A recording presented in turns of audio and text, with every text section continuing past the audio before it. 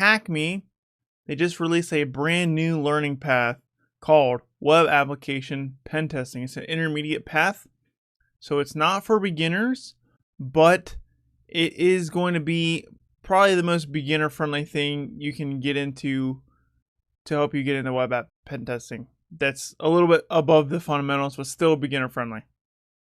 So with that in mind, let's go ahead and switch the screen and show you what we're going to get into. This demo is for educational purposes only. Ethical hacking is legal and differs from illegal hacking. Always ensure you have legal permission before performing what you see in this demo. Alright, so you can see here, I already have TryHackMe loaded up and ready to go. Make sure this volume is not too loud. Should be alright. So we're just going to start off with the description of the web app pentesting learning path. Actually, before we do that, let's go to learn. What's up, WireDogSec? Welcome to the stream. Thanks for stopping in. Glad to see you here. What's up, Wi-Fi Addict? Thanks for stopping in. How goes the OSWA and PJWT? I haven't taken them again since last we spoke, but I do have some exams coming up. So we'll see how it goes. Hopefully next stream I'll have both those exams done. I'm taking both those exams this week, and we'll see what happens.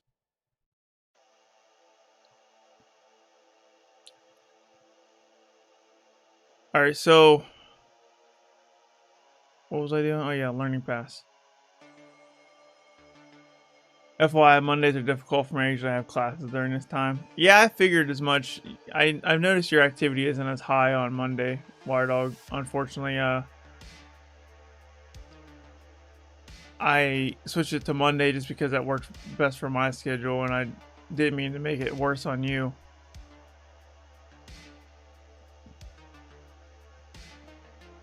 Alright, so these are all the learning paths. I have completed almost all these. Some of these that are like 87%, like I did finish these, they just modified them or they added to them.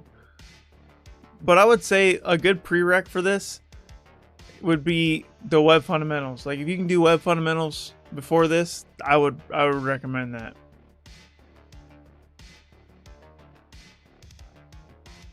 That's what I wanted to show you guys.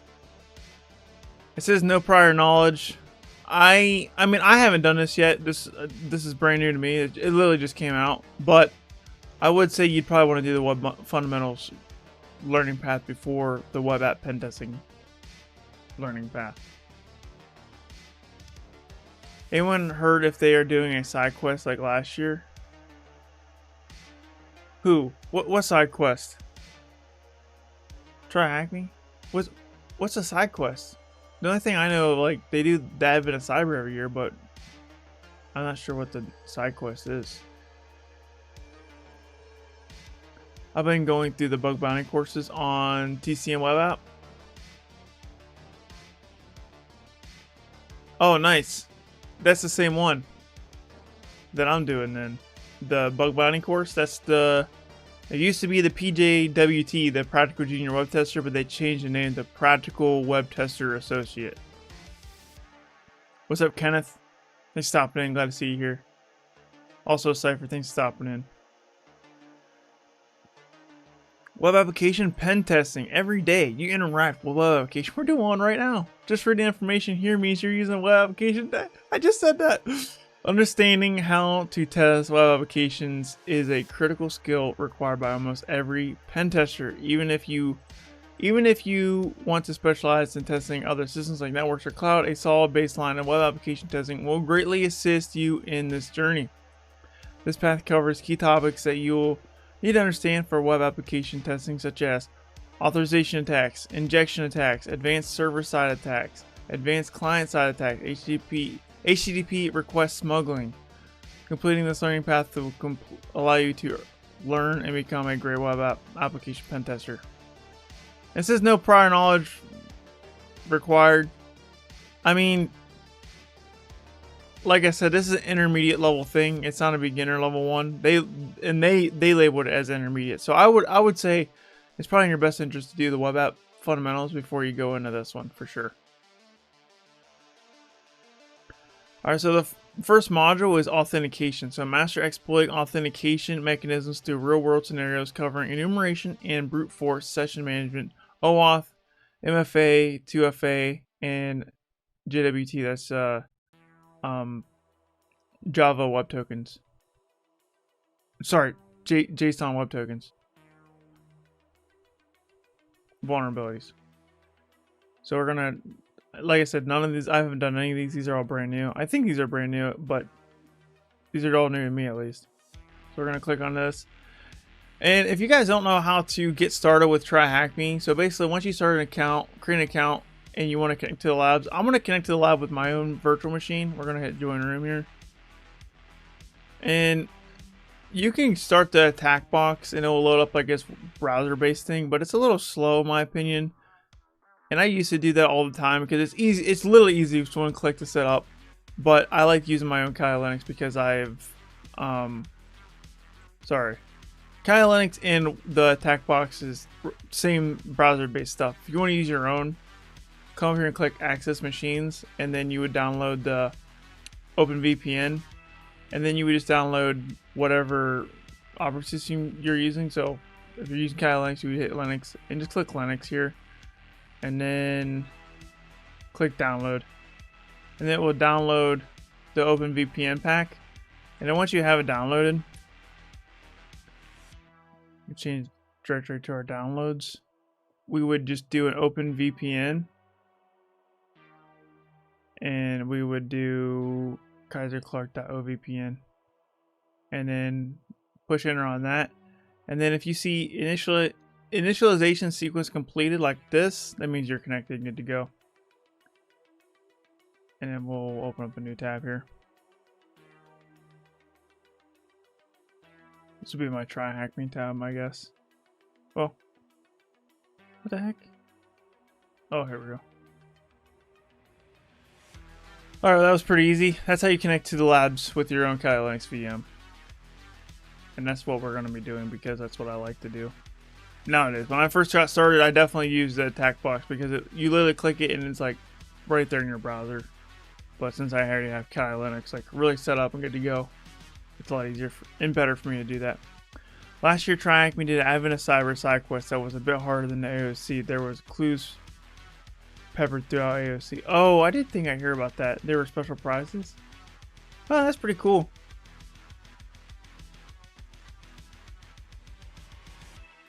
You've been going through the Black Hat Rust book? Nice. I guess we'll just start the machine and get, I think that's all we have to do. We'll hit start machine and let that load up while we're reading this. So again, this is enumeration and brute force. Enumerate, brute force, authentication mechanisms. Introduction. Authentication enumeration is a fundamental aspect of security testing, concentrating specifically on the mechanisms that protect sensitive aspects of web applications. This process involves methodically inspecting various authentication components, ranging from username validation to password policies and session management. Each of these elements is meticulously tested because they represent powerful vulnerabilities that, if exploited, could lead to significant security breaches. Objectives. By the end of the stream, you will understand the significance of enumeration and how it sets the stage for effective brute force attacks, learn advanced enumeration methods, mainly focusing on extracting information from verbose error messages, comprehend the relationship between enumeration and brute force attacks, and compromising authentication mechanisms, gain practical experience using tools and techniques for both enumeration and brute force attacks. Prerequisites. Before starting the stream, you should have the basic understanding of the following concepts: familiarity with HTTP and HTTPS, including request/response structures and common status codes, experience using tools like Burp Suite, basic proficiency in navigating and using the Linux command line. Answer the questions below. Deploy the target VM attached to this task by selecting the green start button. After obtaining the machine's generated IP address, you can either use the attack box or your own VM connect to the TryHackMe VPN. Add 10.10.257.7 to your Etsy host, for example. After 3 minutes, visit. Okay, so we just gotta add this to our Etsy host, so we can literally just copy this here. Copy, and then we will new tab, and then we will nano/Etsy hosts, and we will destroy these 2 entries and paste this new entry.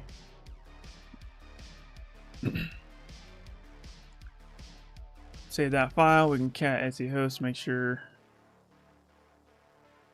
save. Oh my gosh, host with an S. Tryhackme. Spacing doesn't really matter. It would have been nicer if I would have had another space here, but it doesn't matter. And then we can navigate to enum.tryhackme. Now, so if we just copy this, open up a new tab, and we go there. Oh, okay. http://enum.tryhackme. There we go. After 3 minutes, visit access machine work. Okay. We did that. No answer needed. We're good. Authentication, enumeration.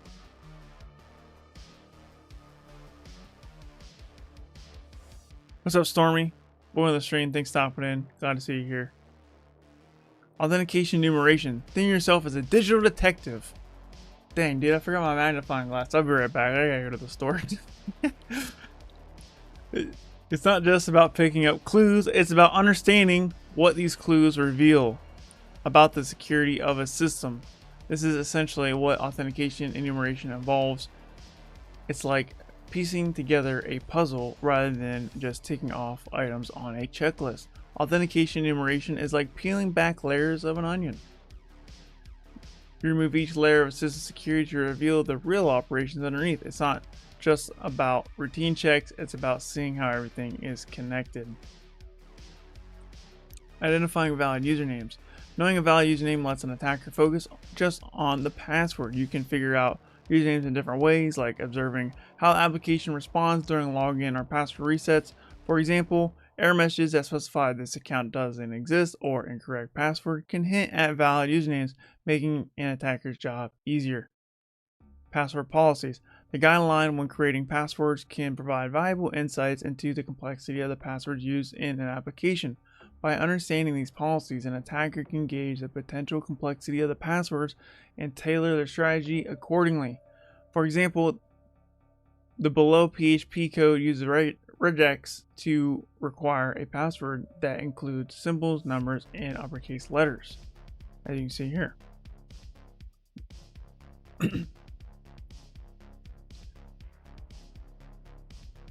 In the above example, it is if the supply password doesn't satisfy the policy defined in the pattern variable, the application will return an error message revealing the regex code requirement. An attacker might generate a dictionary that satisfies this policy. Common places to enumerate. Web applications are full of features that make things easier for users, but can also expose them to risks. Registration pages. Web applications typically make the user registration process straightforward and informative by immediately indicating whether an email or username is available. While this feedback is designed to enhance user experience, it can inadvertently serve a dual purpose. If a registration attempt results in a message stating that the username or email is already taken, the application is unwittingly confirming its existence to anything near the register. Attackers exploit this feature by testing potential usernames or emails, thus compiling a list of active users without needing direct access to the underlying database. Yo, what's up, Dustin? Thanks for stopping in. Dude, you just reminded me. I forgot to hit you back up with that email you forwarded me. I will. I gotta do that after the stream. My apologies. I've been I've been working a lot.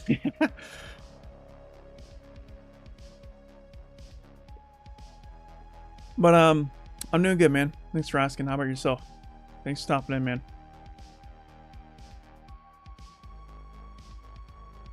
Password reset features.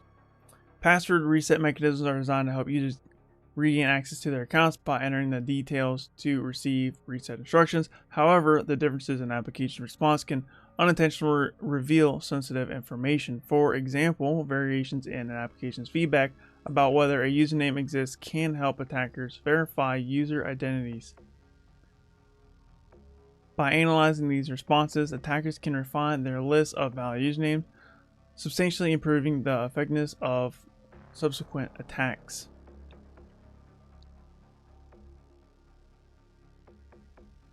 Take some time off for yourself. You're burning yourself out. I actually have been cutting back on the work, Stormy. Don't even worry. I don't know if you pay attention to my YouTube channel, but I'm not uploading as much as I used to on YouTube, and it has significantly given me a lot more free times. And I actually started like playing some video games in my every day. Like I play for an hour every day now, so I do get my rest and relaxation in. A little bit, not a lot, just a lot more than I was for sure.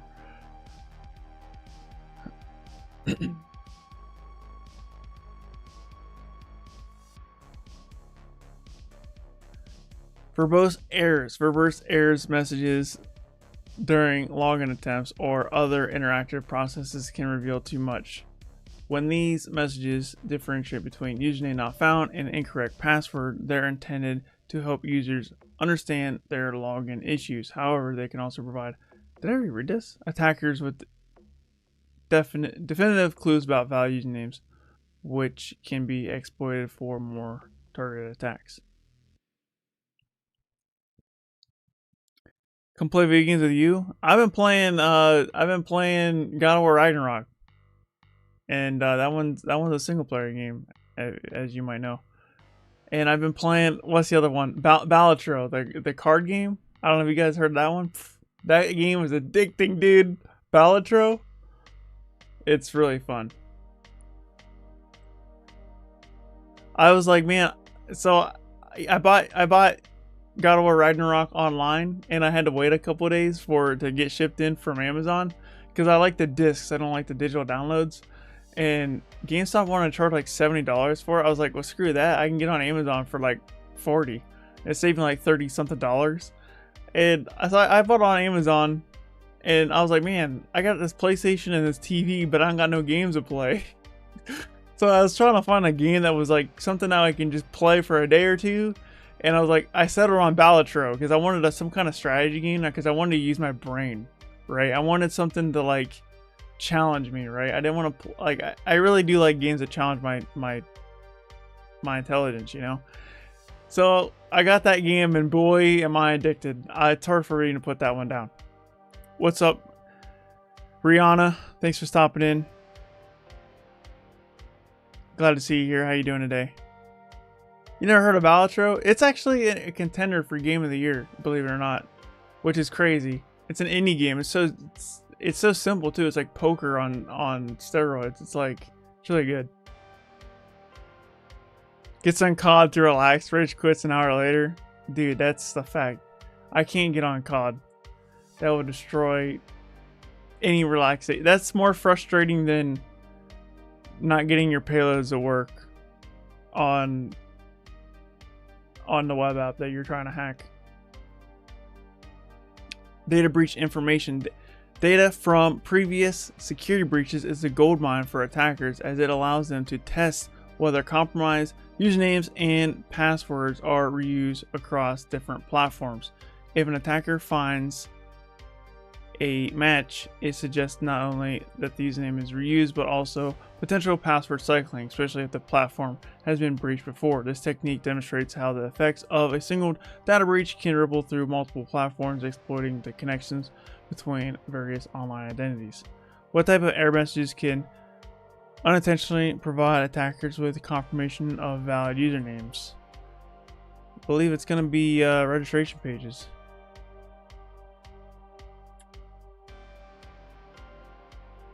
No, I'm wrong. What? What type of error messages? Oh, I guess that's not a type of error message. Verbose errors. That's the right answer. There we go. The Civilization games are pretty good. Yeah, I got... Man, which one did they just come out with? Civ 7? I need to get that one. I love Civ 5. That game was great. And then I got Civ Beyond Earth. And that game was less than great. I thought it was kind of boring. And then I got Civ 6. And that game was even worse than Civ Beyond Earth for me. I didn't like it. And then... But I do want to try Civ 7. Just because I love... Even though I didn't have the best experience with Civ Beyond Earth and Civ 6, Civ 5 was such a good time for me that I gotta try Civ 7 for sure. The only problem with the Civilization games is they take forever to play. Like, it takes like 6 hours to play a quick game. What's up, Brandon? Thanks for stopping in. Check out Spider-Man 2 if you get a chance. It's one of my favorite games of all time. Yeah, everyone says that the Spider-Man games are good. I haven't played it yet. There's a lot of games I haven't been playing. I spent probably the last 6 years just grinding out like my cybersecurity and hacking learning that I just didn't play a lot of video games. So I'm like trying to catch up over the past like 5 years of video games. So, and even then, like I'm only playing a little bit every day. Like I'm not going full ham on it. Civ 7 comes out in February 2025. Oh, okay, it's not out yet. I might pick it up when it comes out then. That's pretty interesting. I thought it was already out. I did see it getting advertised. Maybe that's why I thought it was out.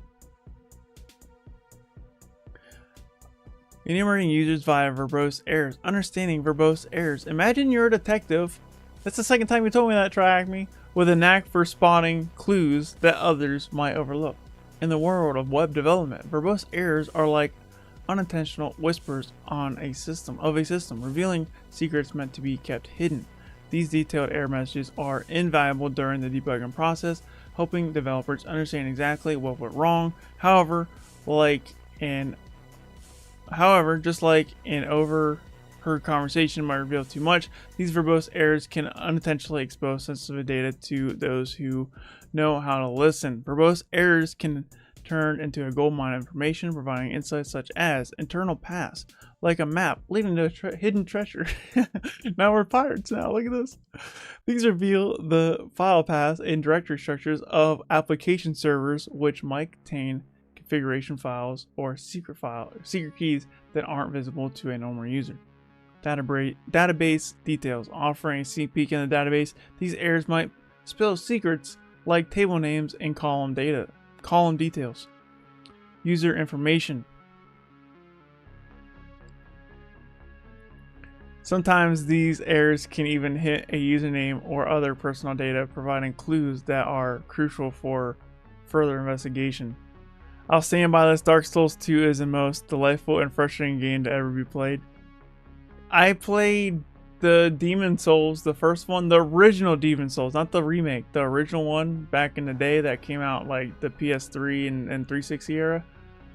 And I played that for like an hour or two and got wrecked, and I'm like, dude, I can't handle this. I can't, like, I probably have the capability of completing this, but it was too much work, too much effort. I was like, man, I want to play a single player game to like enjoy the game. Like if I want a challenge, like I'll just go online and get wrecked because there's always someone better than you online. So when I'm playing a single player game, it's like I want something a little more chill. Even though I have played some pretty hard games, or like I'll take a game and put on a hard difficulty. But yeah, I haven't gotten into the Souls games that much at all. But I know people love them, especially Dark Souls 2. Like you said, that one's. I heard a lot of good things about that one.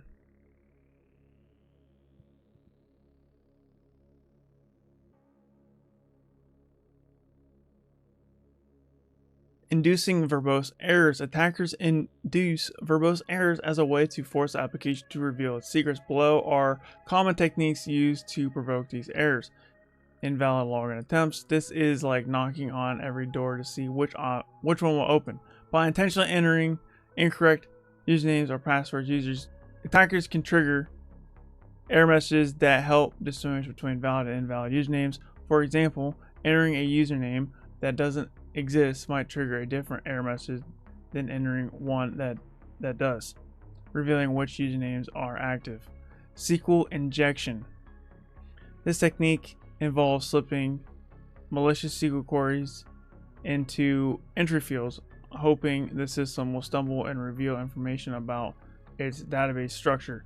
For example, placing a single quote in a login field might cause the database to throw an error, inadvertently exposing details about its schema.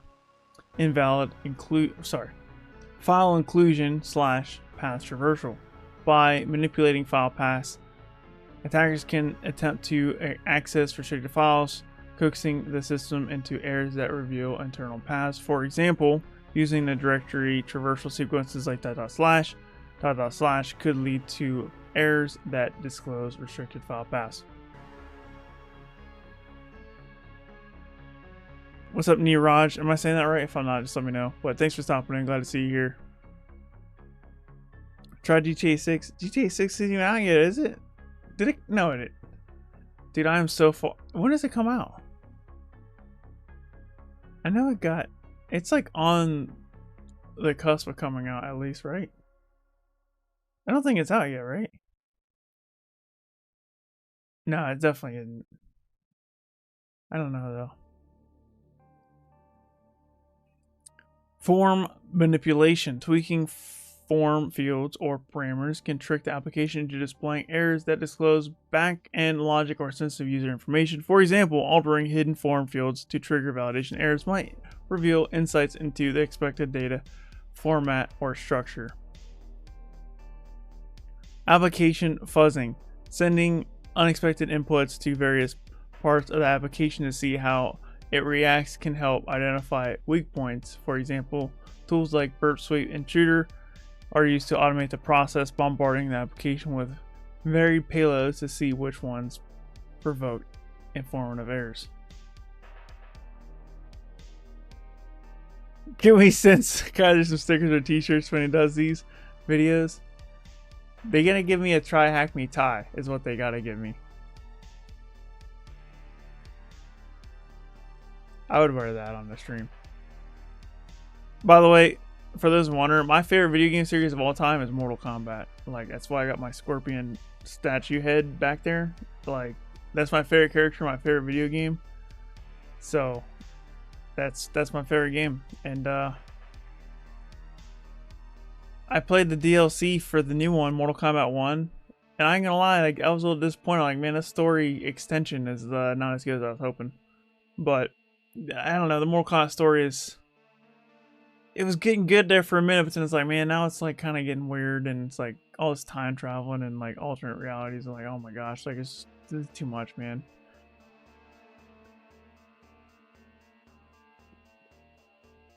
You like the OG MK games? Same. I've literally been playing Mortal Kombat since the day I was born. Like I don't even remember the first time I played a video game. Like, I was just like there was just one in my room like all the time. Like we had a Sega Genesis with Mortal Kombat 2 and Mortal Kombat 3, and those are the games I just played all the time. So I've really been playing Mortal Kombat longer than my memory even exists. And actually my mom told me one time, she's like, yeah, you was beating your uncle in Mortal Kombat, destroying him, and he was getting so mad. And I don't remember that at all. Like I was so young. I was like a baby.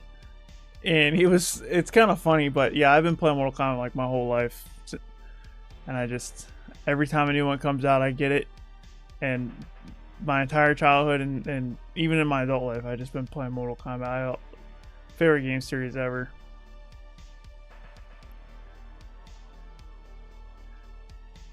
Fireball spammer.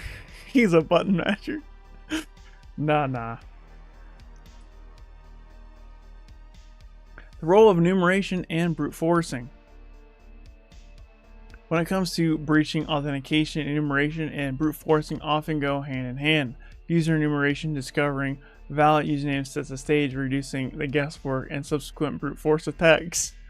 I'm laughing because I was like, man, this is why I can't stream every day, guys. Because if I streamed all my studies, then I would never get anything accomplished.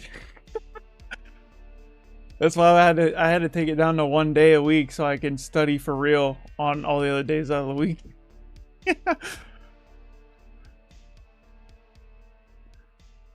Exploiting verbose errors. The insights gained from these errors can illuminate aspects like password policies and account lockout mechanisms.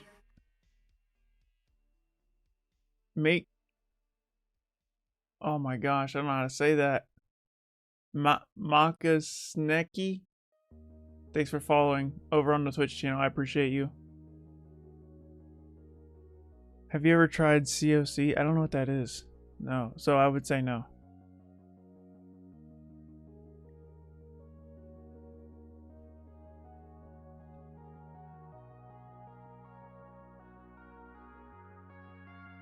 Has it been one story since the beginning of the day reboot it? They've rebooted the Mortal Kombat franchise twice now. So that's what makes it really confusing, because they've rebooted it twice. There's 3 different like timelines now. It's like it's wild. And then and technically now there's infinite timelines. So now it gets even more confusing. So it's like, but they've rebooted the franchise 3 times now.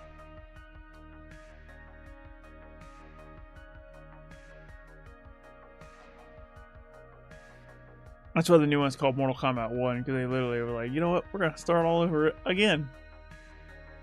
In summary, verbose errors are like breadcrumbs leading attackers deeper into the system, providing them with the insights needed to tailor the strategy and potential compromise security in ways that could go undetected until it's too late. Enumeration and authentication forms. In this report, HackerOne report, the attacker was able to enumerate users using the website's forgot password function. Similarly, we can also enumerate emails in login forms. For example, navigate to enum and put in any email address in the email input field. Well,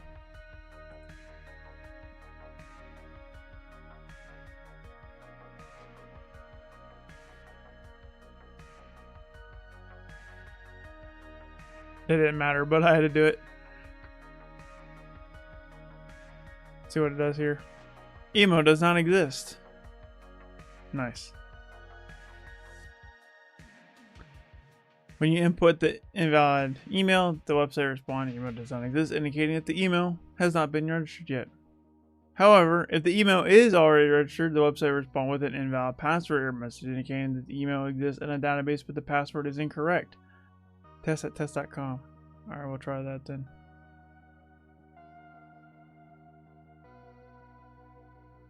Invalid password. Automation. Below is a Python script that will check for valid emails in the target app. Save the code below as script.py. This indentation looks a little weird. Looks like this should not be indented here, but it is. So we'll copy this. You can use a common list of emails from this repository.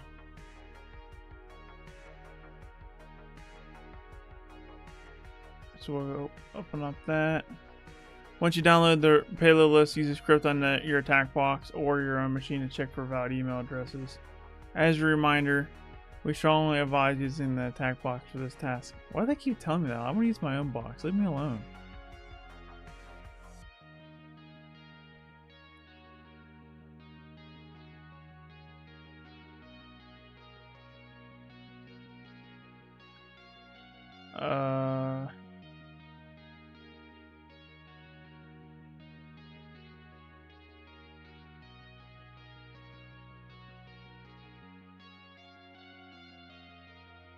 What do they call this file? I mean, it doesn't matter. They call it script.py, okay. I mean, I could have called it whatever I wanted to, but for the sake of... So we'll just paste this script in here. Okay, this indentation got fixed up here. I was worried about that. Control X, Y, enter to save. And then we will get our emails. So we will copy the raw file, and we would do nano emails.txt, paste this in here. What is a valid email address from the list?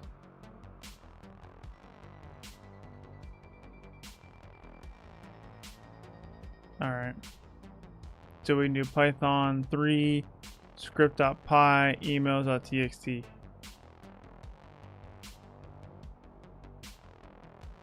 See what happens here.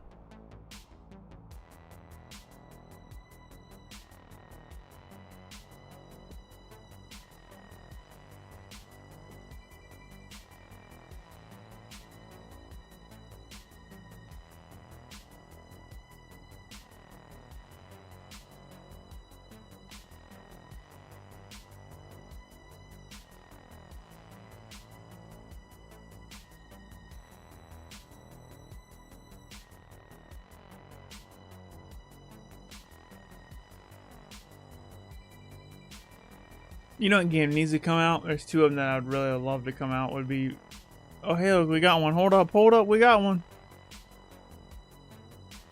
We got this right here. Is it Canderson or is it C Anderson? It's probably C Anderson. C Anderson at gmail.com. What's up, Bad Nintendo? How's it going? Thanks for stopping in. Anyways, I was about to say, man, Elder Scrolls 6 and Fallout 5, one of those two games, if these come out, you guys might not ever see me again until I put in like 200 hours on those games. Easy. It's going good. Thanks for asking. We're just learning some hacking stuff. I mean,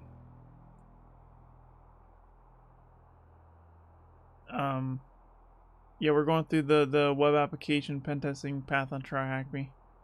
It just came out. It's pretty nice so far.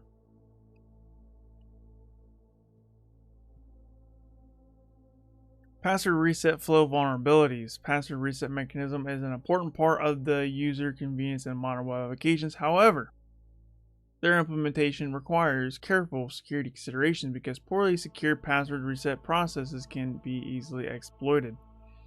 Email-based reset. When a user resets their password, the application sends an email containing reset link or token to the user's registered email address. The user then clicks on this link, which directs them to a page where they can enter a new password and confirm it, or a system will automatically generate a new password for the user. This method relies heavily on the security of the user's email account and the secrecy of the link or token sent. I'm hunting mathematical problems. I don't want to who is a bunch of people through a handle, as I would definitely only return the namespace of the domain interlaced with. I'm not sure what you mean there. What do you mean by mathematical problems? What kind of mathematical problems?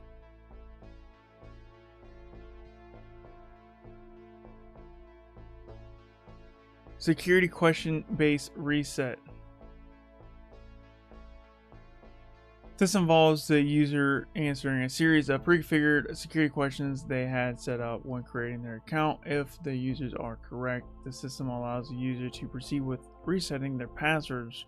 While this method adds a layer of security by requiring information only the user should know, it can be compromised if an attacker gains access to personally identifiable information (PII), which can sometimes be easily found or guessed.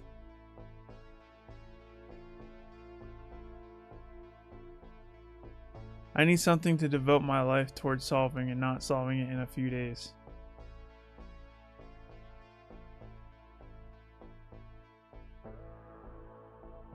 Are you talking about like hacking and cybersecurity related, or just like anything in general?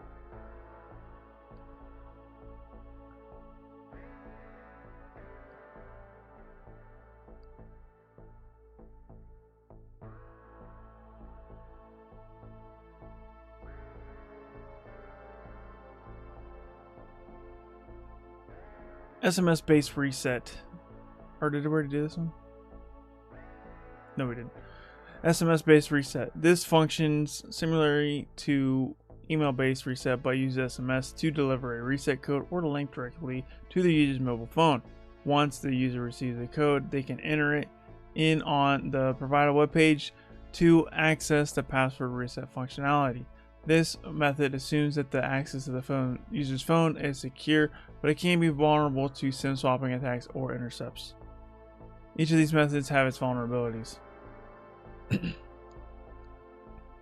Predictive tokens. If the reset token used in links or SMS messages are predictable or follow a sequential pattern, attackers might guess or brute force their way to generate valid reset URLs. Token expiration issues. Tokens that remain valid for too long or do not expire immediately after use provide a window of opportunity for attackers. It's crucial that tokens expire swiftly to limit this window. Insufficient validation. The mechanisms for verifying a user's identity, like security questions or email-based authentication, might be weak and susceptible to exploitation if the questions are too common or the email account is compromised.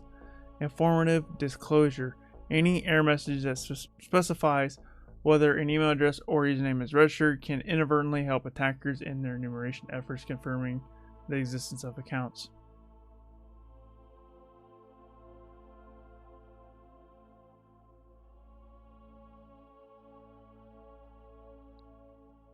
Insecure transport. The transmission of reset links or tokens over non-HTTPS connections can expose these critical elements to interception by network eavesdroppers.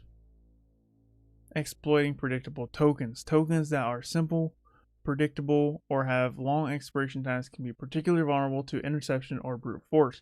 For example, the code below is used by the vulnerable application hosted on the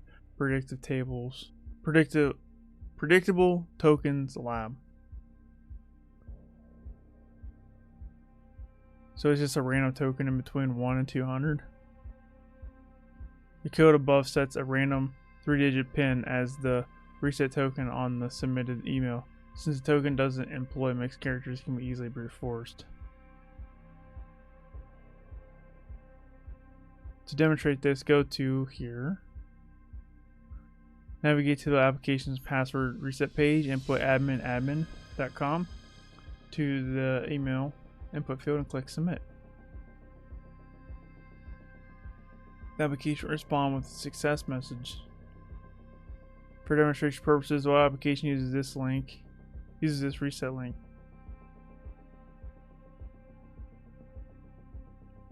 Notice the token is simple numeric value using Burp Suite. Navigate to the above URL and capture the request. Subsequently, send the request to intruder, highlight the value of the token parameter, and click the add payload button as shown below. Using attack box or your own attack VM, use crunch to generate a list of random numbers. List of numbers 1 to 2. Okay, this is.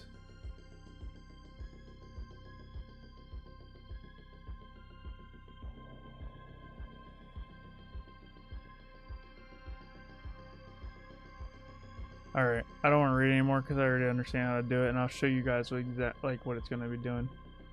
So first off, we have to go to here, Predictable Tokens Lab. Forgot password. We want to do admin at admin.com. I think is what it said, right? A password reset has been sent to your email. Do I have to grab that? I think we have to grab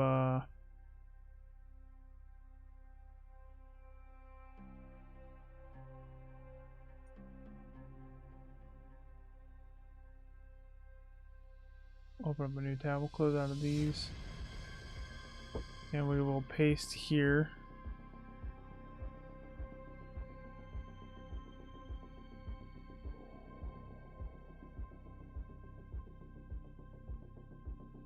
Wait, why did it give me?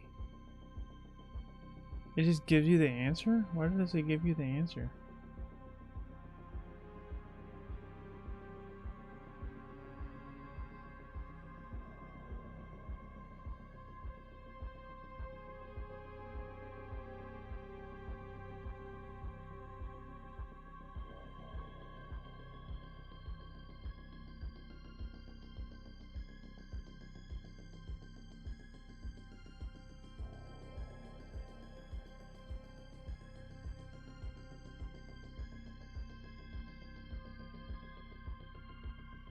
I didn't have to use any burp suite to get that. It just worked.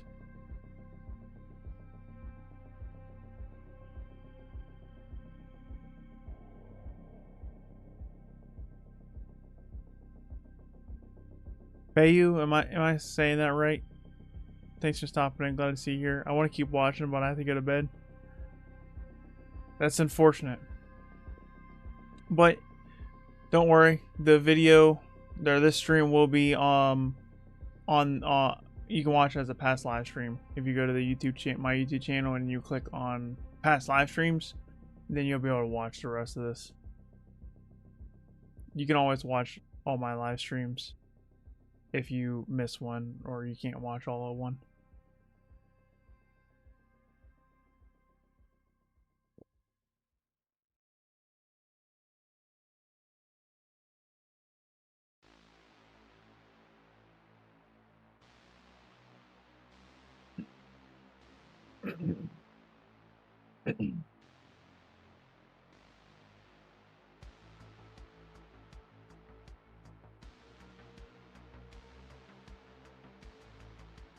It's pronounced Bo. That makes sense. I'm so sorry. I didn't say your name right. Thanks for letting me know. Exploiting HTTP basic authentication. Basic authentication at 2K24 question mark. Basic authentication offers a more straightforward method when securing access to devices. It requires only a username and password, making it easy to implement and manage on devices with limited processing capabilities. Network devices such as routers typically utilize basic authentication to control access to their administrative interfaces. In this scenario, the primary goal is to prevent unauthorized access with minimal setup. While basic authentication does not offer the robust security features provided by more complex schemes like OAuth or token-based authentication, its simplicity makes it suitable for environments where session management and user tracking are not required or are managed differently. For example, in devices like routers that are permanent access for configuration changes rather than regular use, the overhead of maintaining session states is unnecessary and could complicate device performance.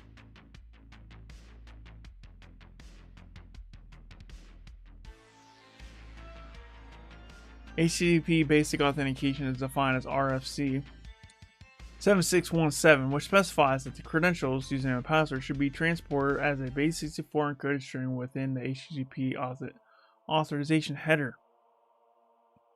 This method is straightforward, but does not secure over non-HTTPS connections, as base64 is not an encryption method and can be easily decoded. The real threat often comes from weak credentials that can be brute force. HTTP basic authentication provides a simple challenge response mechanism for requesting user credentials.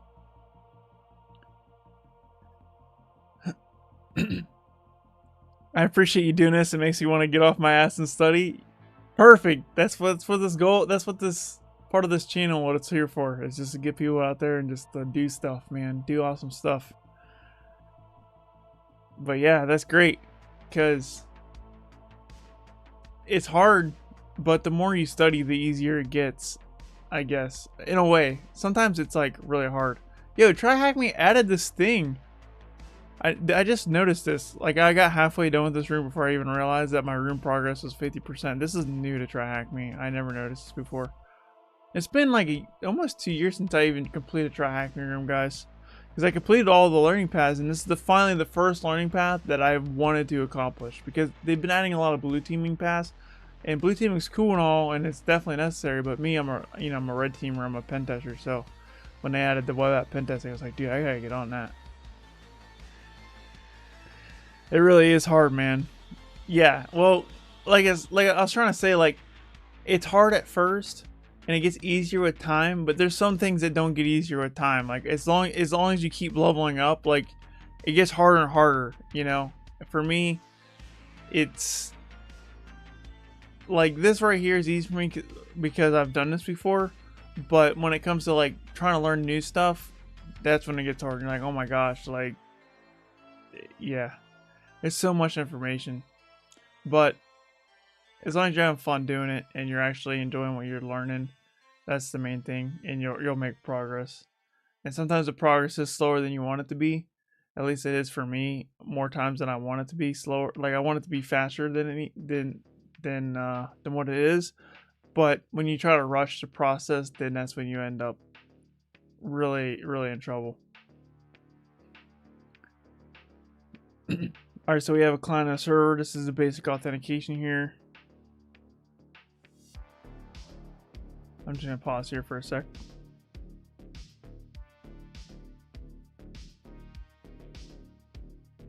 All right, moving on. The authorization header format is as follows: authorization basic credentials. For credentials is base64 encoding of username and password. For detailed specifications, refer to RFC 7617. Exploitation. To demonstrate this, go to here. Let's go ahead and close this and close this. Input any username and password in a pop-up, capture the basic auth request, and burp.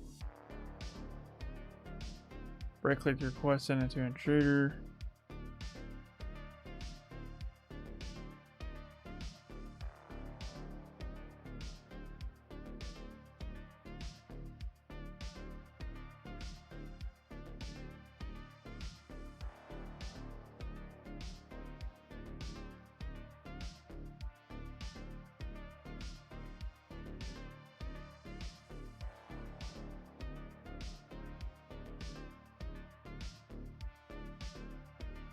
I don't know how I have an A in SQL right now. I still feel lost. Is that the whole class is based on, like, that's a class name? SQL?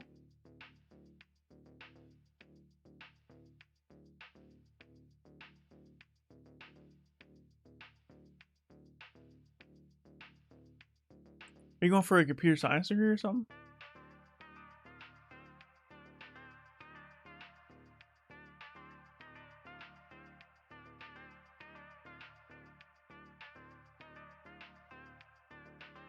This is a lot of steps.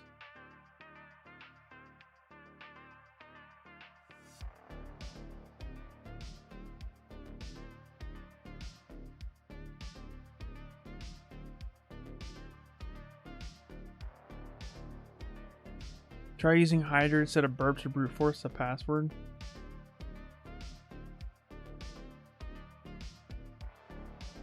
I have 40 more pages left to read in my Security Plus book. After that, I am going to start doing practice exams. That's exactly the right move to make.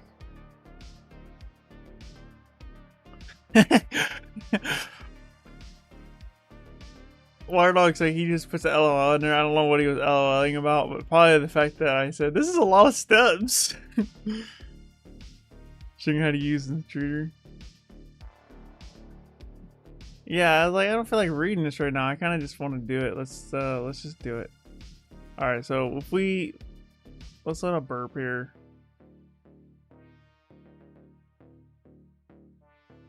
Structured database is my bad, and it's basically SQL. I mean, you can have other databases that aren't SQL, but SQL is the biggest name in databases. I was going for computer science, but I switched it to IT. Why did you switch it to IT?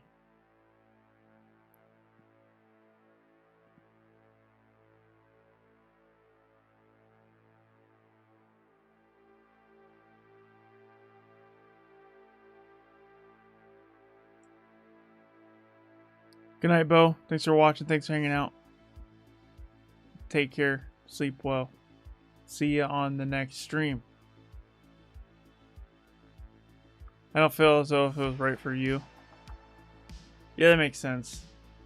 I would argue that a computer science degree is better than an IT degree, though. Personally, that's just my opinion, but I mean, every college degree and every college program is different, so computer science is more for being a professor. You think so? I don't have a computer science degree, but sometimes I wish I had one. Because people with computer science degrees are like wizards, dude. Like everybody that I know has a computer science degree. I'm like, they're so like they connect dots that I'm not unable to connect. You know what I mean?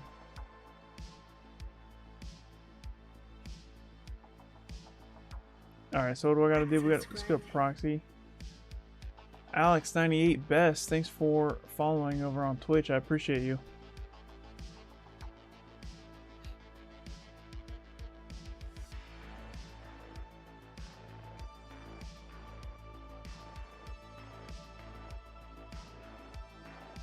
All right, let's go ahead and turn intercept on. We'll type in username of Kyser and a password of Clark. It don't matter. We'll hit sign in here.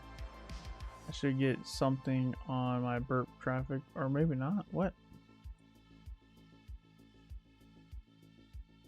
Let's go to the history here. Oh, that's why. Gotta turn on my proxy. Let's try that again.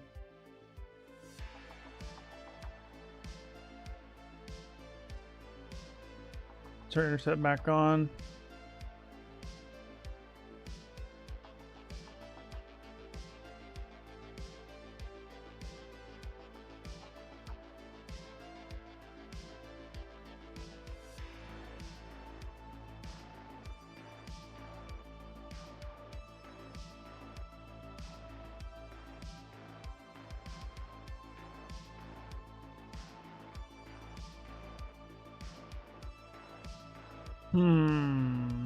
Why is this not going into my proxy though?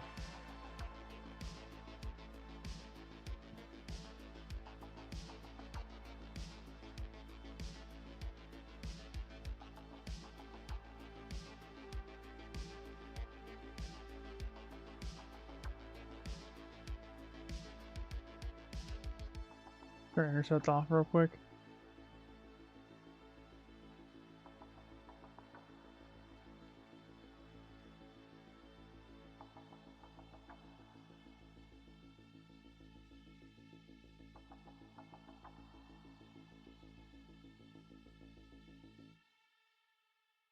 Why is my request not getting sent over?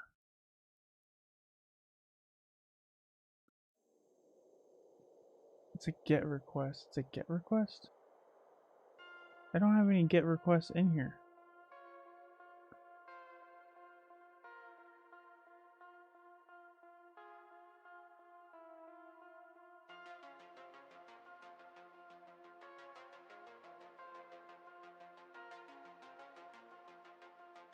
I don't know why this isn't working.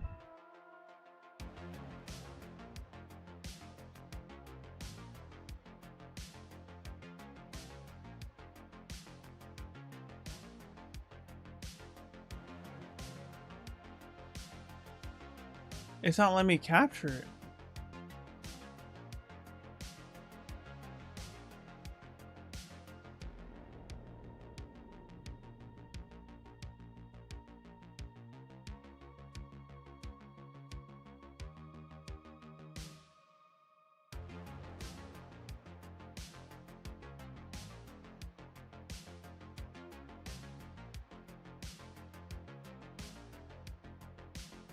I think this might work this time.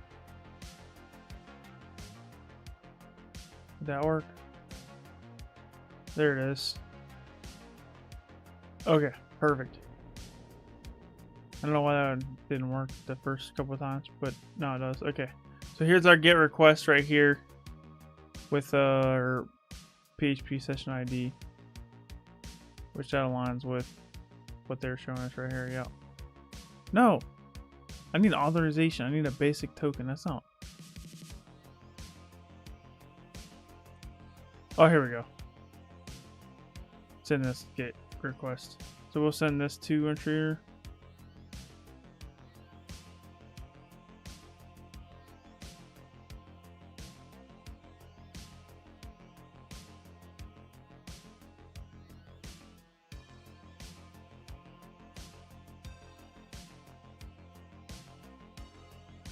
This is base 64 encoded, so if I do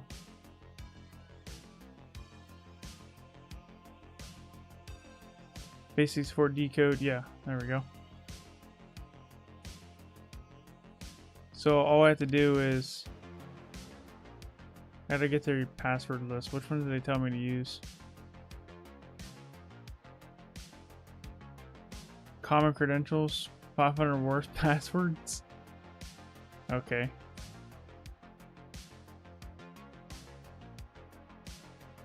Which username do I use? Just admin, I think. Yeah, just admin. Okay. So we don't even need to. Alright, so all we have to do is change this to admin here. Admin. And then we'll change the password here to. We want to do a simple list. We want to load 500 worst passwords. This one. Okay. Then what we want to do is we want to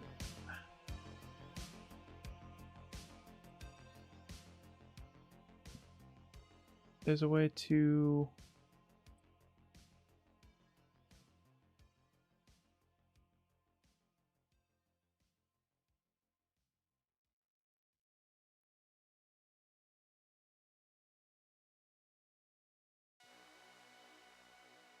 oh, here it is. It's over here now. Yeah, okay. Payload encoding. Euro encode these characters. No. Payload processing. We want to add encode, and we want to encode base 64. Hit OK. And if we hit start attack, we should get a valid password after a certain amount of time.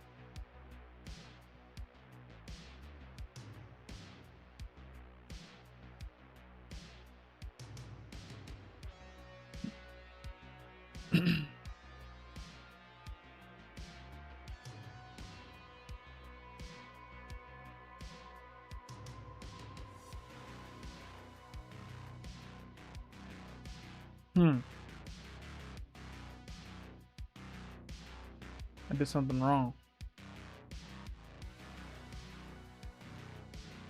Wonder what I did wrong.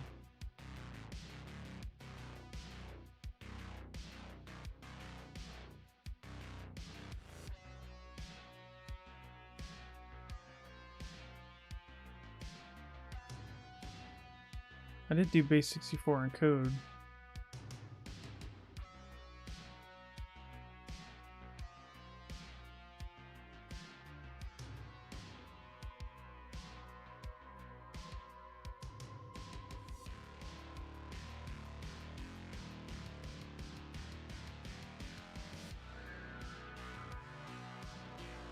Yeah, I have Burp Pro.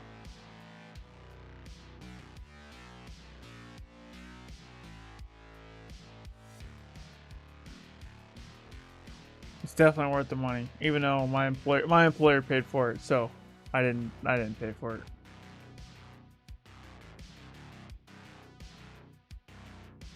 That's one of the perks of landing your first pen testing job is your employer will pay for the pro version of Burp.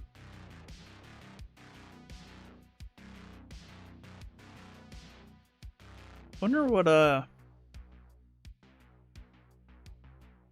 think I understand why that didn't work, but I don't. Well, I understand what I did differently, but I don't understand why doing it the way I did it doesn't work.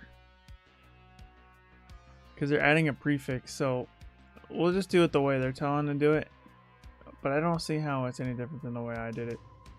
So it's saying, let's go ahead and clear this. So it's saying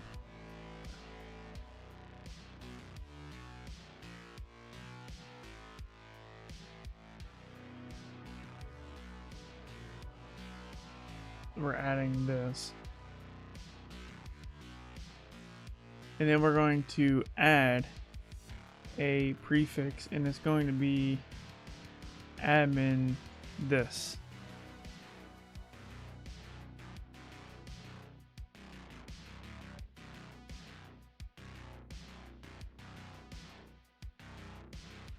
We'll see how that works. Well, we got this one. This one looks like it worked. Yeah, that worked. There's our flag. Wonder why that worked and the other one didn't work. So hold on. So I'm adding the prefix. of admin colon. And then I am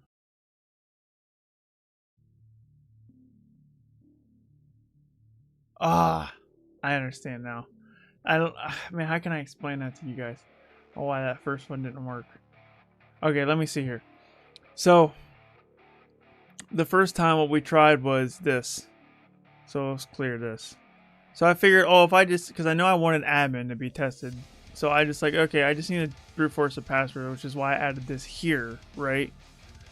And what it was doing this time was it was just putting the password here, and then it was only base64 encoding just this.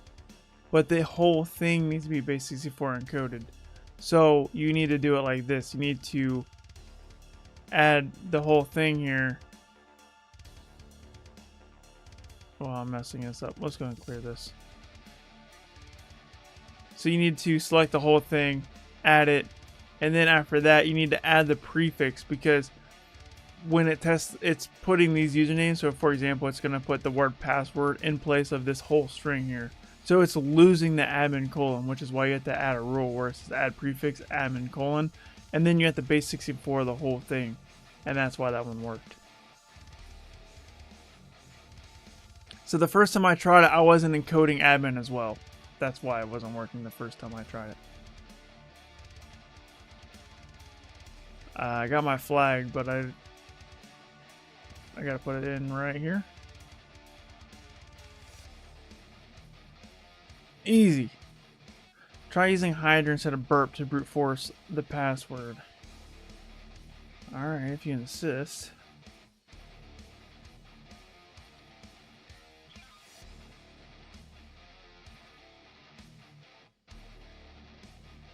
Let's do F12 here. We'll do a sign in here. Alright. So I just hit F12 to pull up this.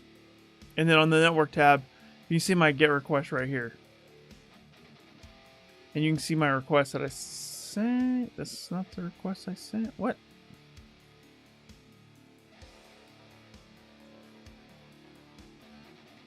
I don't know why that didn't work. Okay, let's try that again.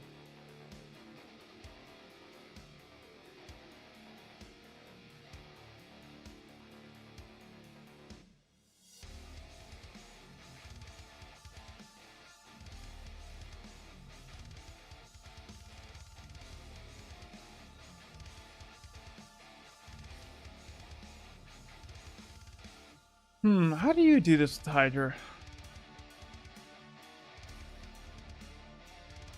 trying to think here.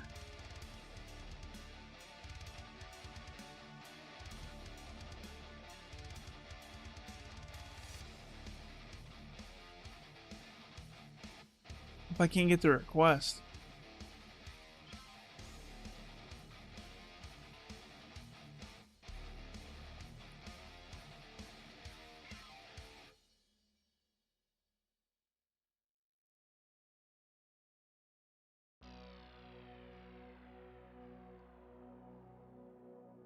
Bro, I don't know how to do this with Hydra. Hold up, how do you do this with Hydra? What? I'm trying to think how you would do this with Hydra.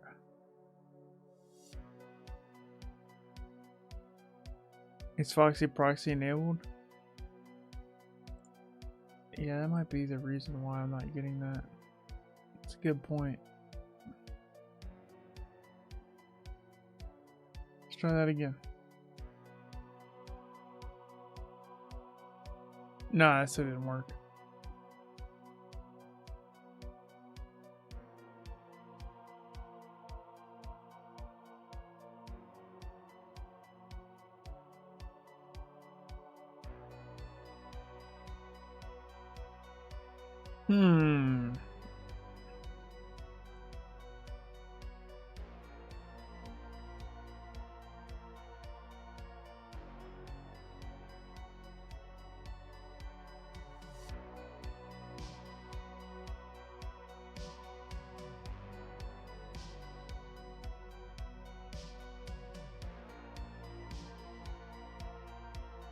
How would you do this in Hydra?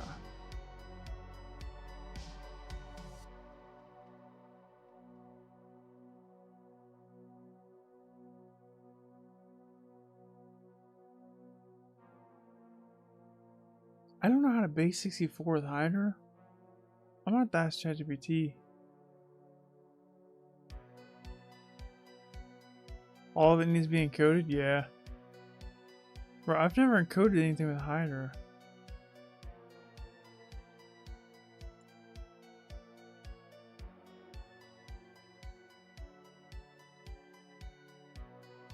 I'm using ChatGPT for this one. I genuinely do not know how to do this.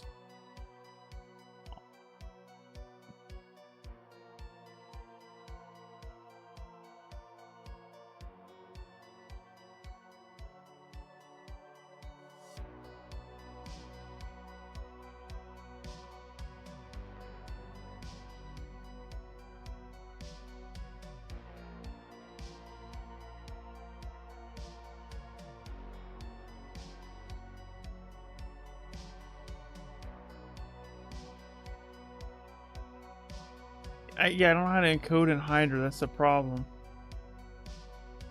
And I don't know how to...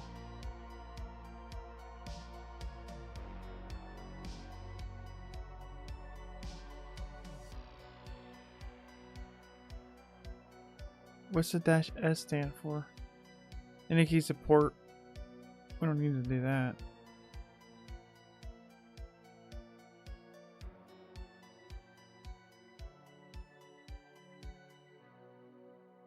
Hold on. I need to encode the username and...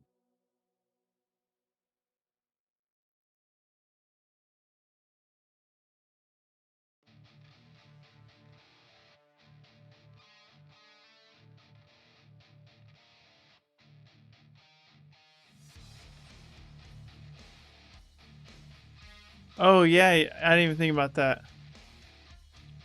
Just put the...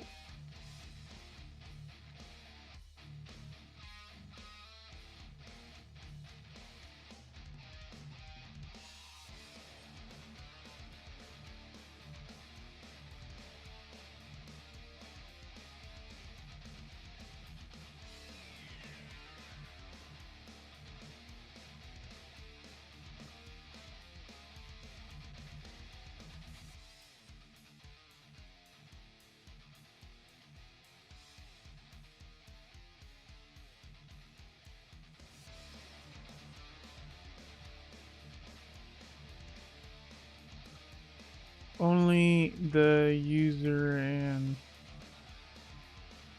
pass get base 64 encoded. The -H header.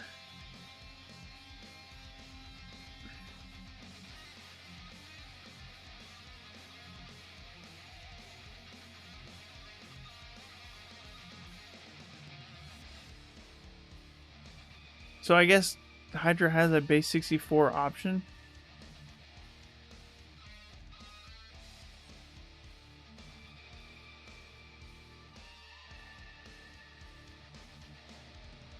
So -H is how you base 64 encode stuff with Hydra.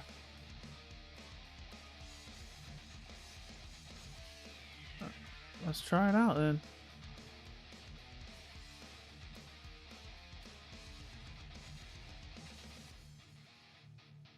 Wait. Encoded combinations.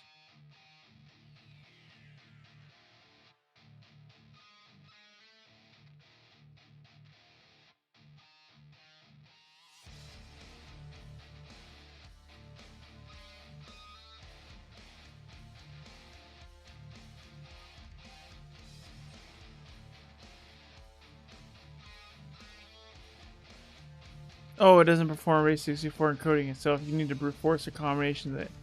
Oh. Yeah.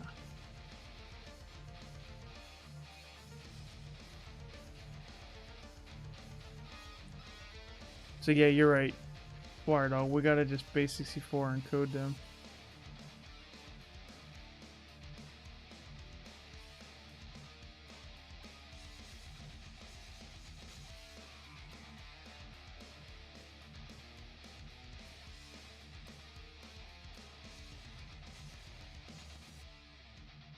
Did you complete and move to another lab?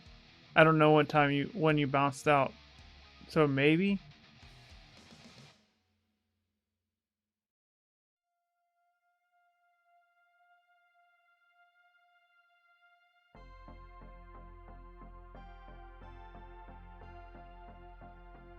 Bro, this is too much work with Hydra. This is Burpfleet's way better tool for this.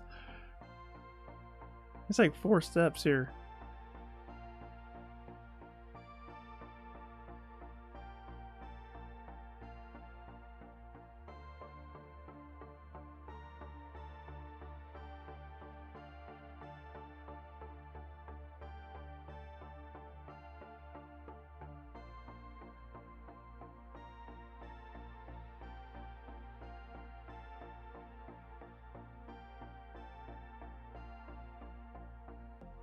This is too many steps. Burpfleet was way easier. It took like 2 seconds. But in the spirit of the challenge, I want to do it. Even though it doesn't require a flag. I can literally just hit next and continue. But yeah. Let's try this. Alright. Let me think here.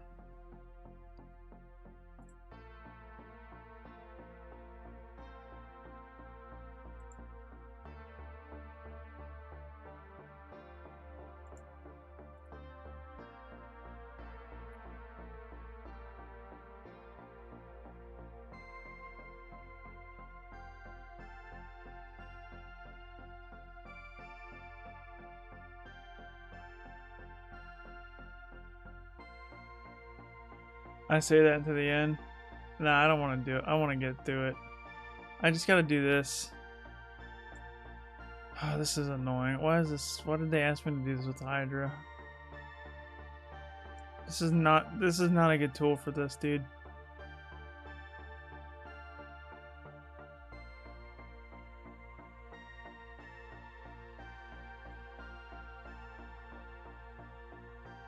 Alright, I think the easiest way to do this would be like create a script that takes a password list and appends admin colon to each password. Then take each admin password combo in the password list and base 64 encode it and create a new list.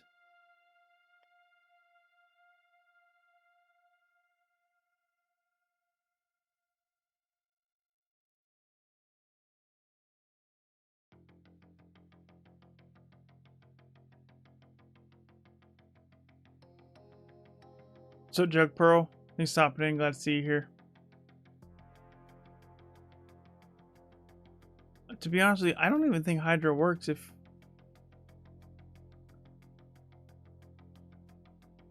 invalid option H. I don't think Hydra works unless you do a username and a password.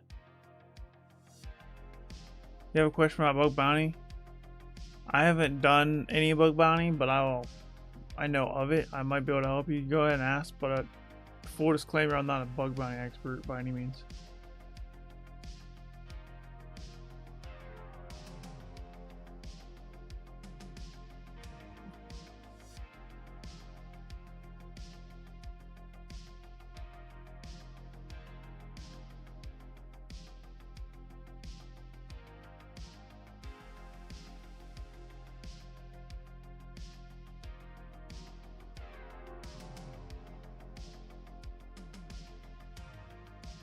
I don't think...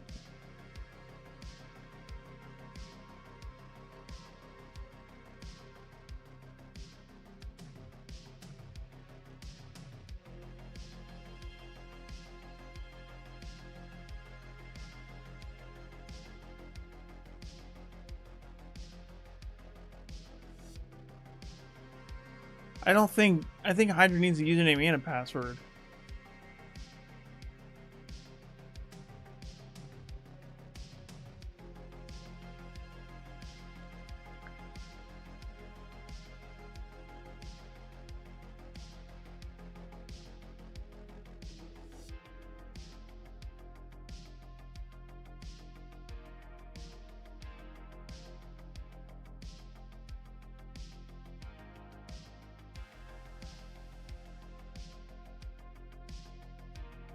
Create a file containing only the username you want to brute force.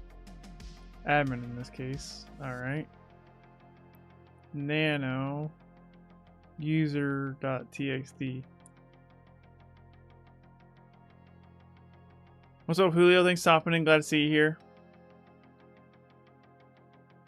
Do you do bug bounty? People say it's best to specialize in 1 or 2 vulns instead of learning all the vulns. Also, you never done hack the box bug bounty path or Portswigger. I have done Portswigger. I have streams on it, and I haven't done all of them by any means, but I'm working towards getting them all done, slowly but surely.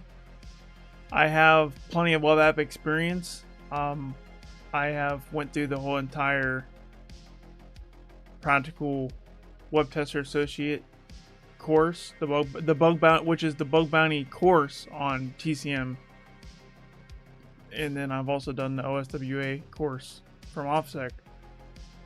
And plenty of TryHackMe and Hack the Box.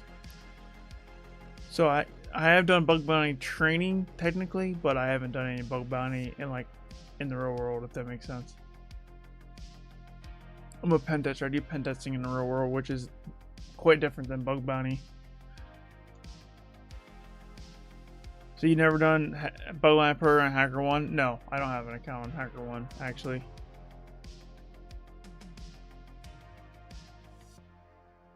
Do I do Hack the Box Sherlocks? I do not. I haven't done them. I plan on doing them in the future, but it's gonna be a long ways away until I get to a point to where I feel like I'm a good hacker, which might be a long ways away. I want to focus more on the hacking and offensive security stuff, and then eventually I'd like to do the Sherlocks and get in the blue teaming world. But I'm just so far away from that. Until I get to the point where I feel like a great hacker. Oh, you know. Which might take a while. Do I read write-ups also? It depends on the write-up. Bug bounty write-ups? Not really.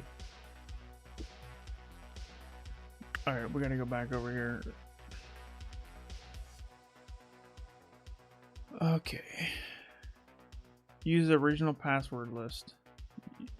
You do not need to base64 encode the entire username and password pair. Instead, supply Hydra with the username, and Hydra will dynamically generate the combination. Here's the command.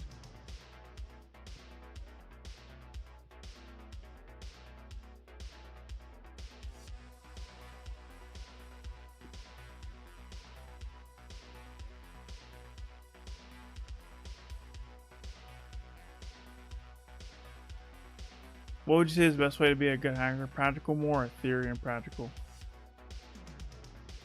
I would say both. You gotta have both. More practical than theory, but you gotta have both.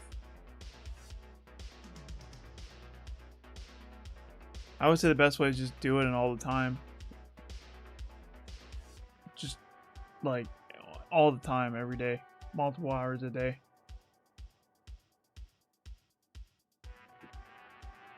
Which is what I do. Like more than multiple hours a day. We're talking about a solid 10 hours a day, at least. It's a lot of work.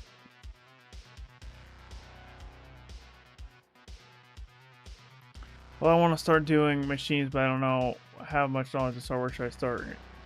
I would start with TryHackMe or the Portswigger web. Well, if you want to start with, if you want to do the web app stuff, the Portswigger Web Security Academy is probably the best place to start because it's free and it gets you started.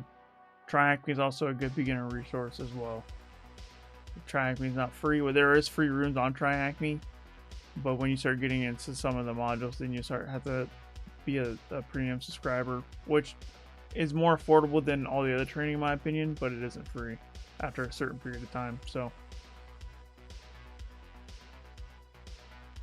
That's where I would start. TryHackMe is where I started, and that was a great investment for sure.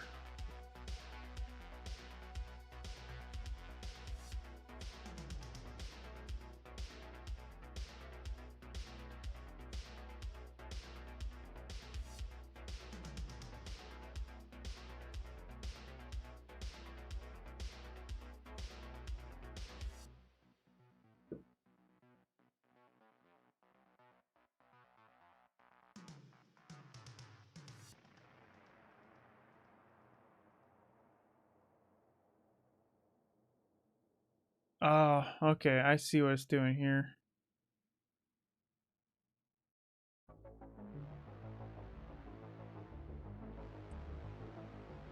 What?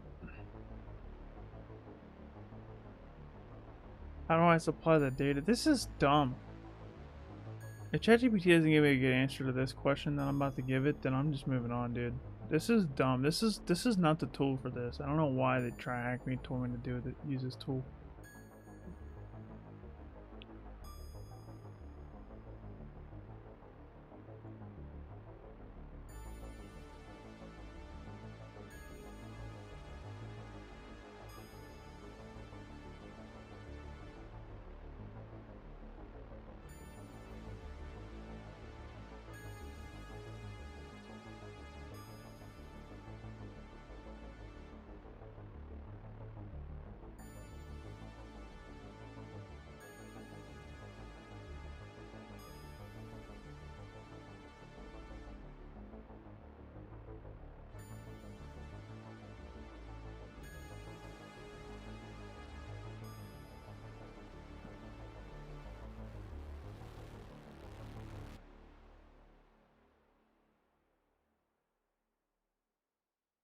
Probably for the folks who don't have Burp Pro.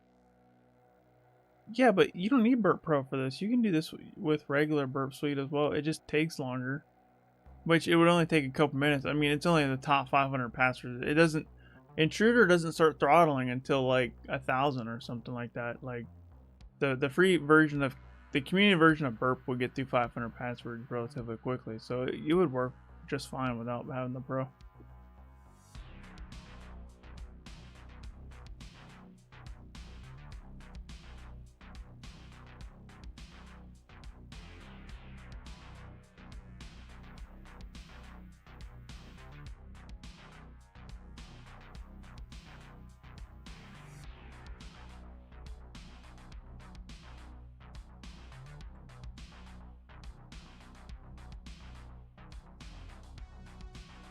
All right.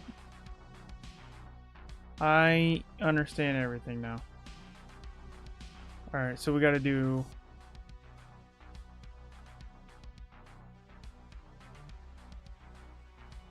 our password file is, what is the password file? Change directory, user, share, wordless, secless, passwords, 500 worst passwords. So we're going to copy all of this and we're going to paste it right here. And then we want to get the word list itself, which is 500 worst passwords txt. And then we want to paste that here. That's the password file. The output file is encoded passwords.txt. Okay. Control X, Y, enter. Python 3 python.py. Other than that, syntax.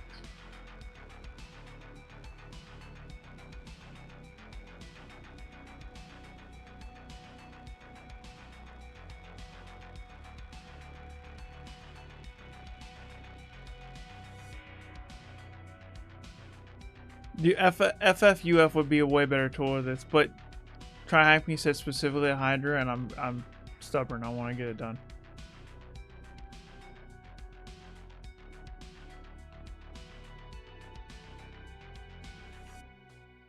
What's up, Nixon? Thanks for stopping in. Glad to see you here. Hi, Jesse. Thanks for stopping in. Why does output file?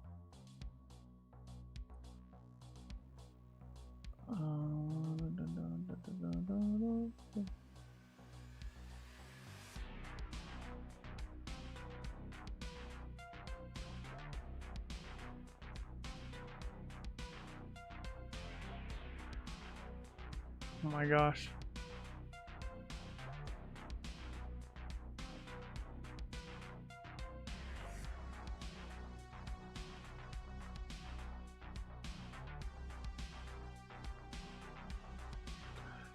Oh, it's a bash script. I'm wild. I was wondering why that wasn't working. Okay, let's try it. Let's change this to move python.py to bash.sh, and then we will do chmod plus x bash.sh, and then we will run bash.sh. There we go. Mouse pad encoded passwords. There we go. Perfect. Okay, cool.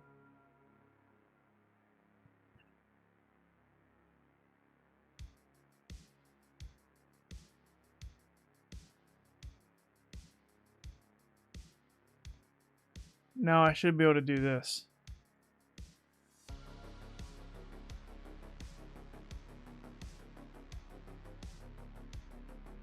I should be able to take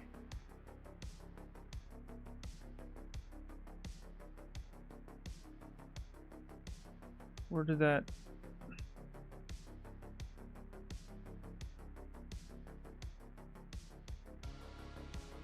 actually no.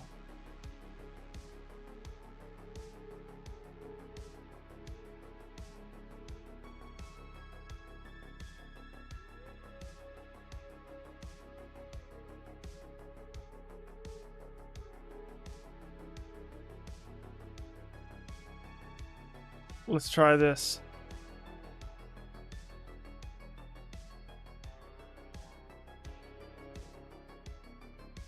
I got an error. I think. Wonder why I got an error.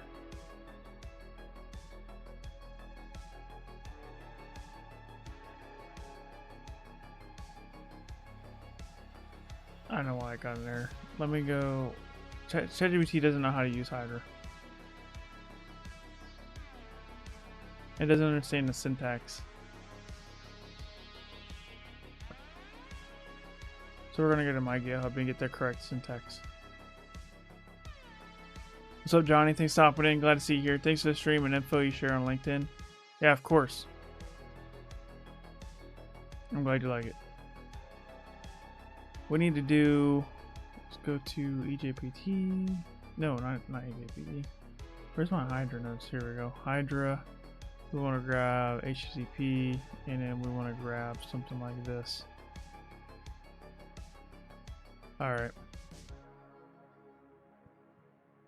We'll split the terminal. All right, so we're gonna paste this here.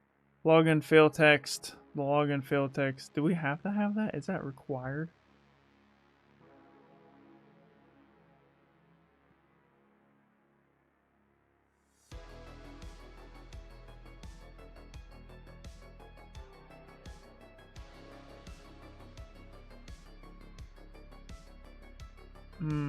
I don't know.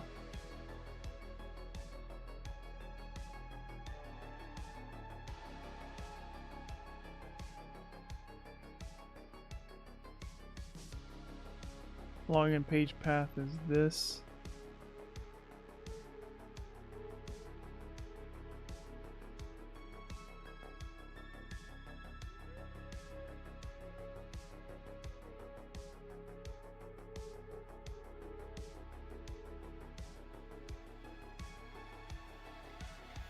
Wordless path is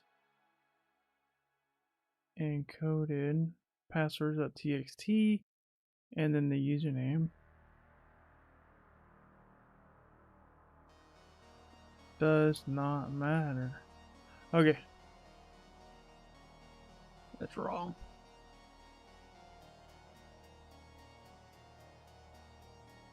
Unit Lisa strings past 64.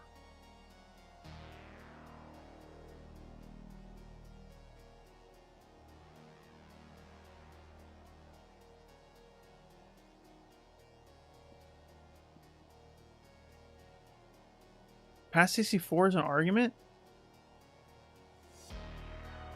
Let's try that then.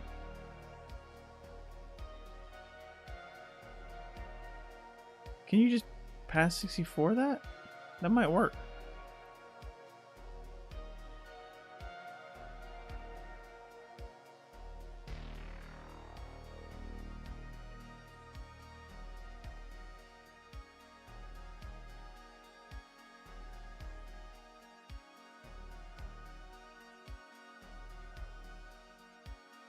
This live is getting a bit what?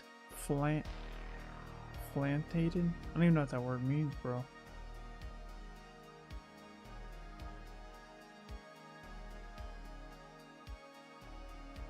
Seclist and 500 worst passwords. No.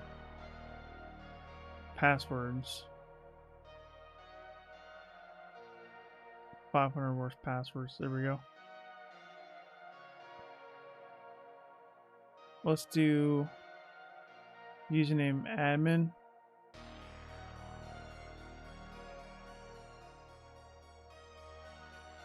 It's not a post. This is a HTTP.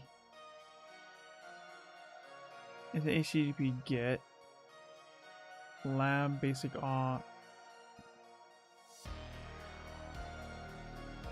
authorization. Can I? How do I escape this? Can I escape this?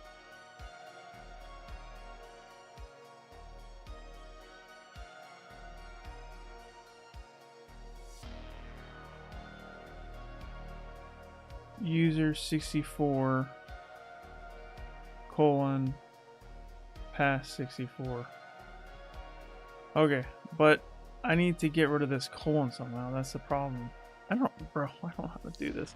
How can I get rid of this colon? Because it's just gonna, this colon right here is gonna throw it all off. See?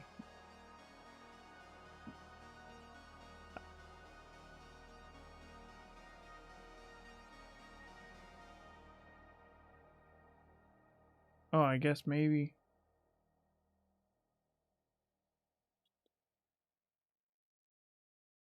Unknown return code.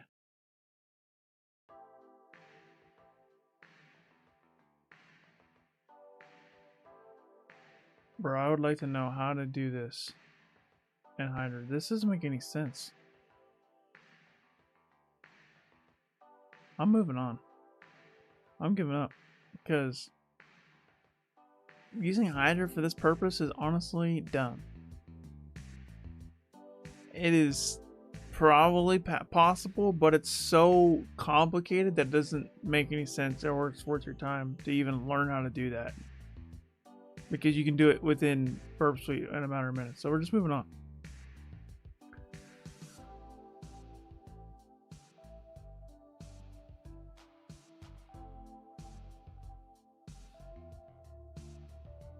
I try to tell you.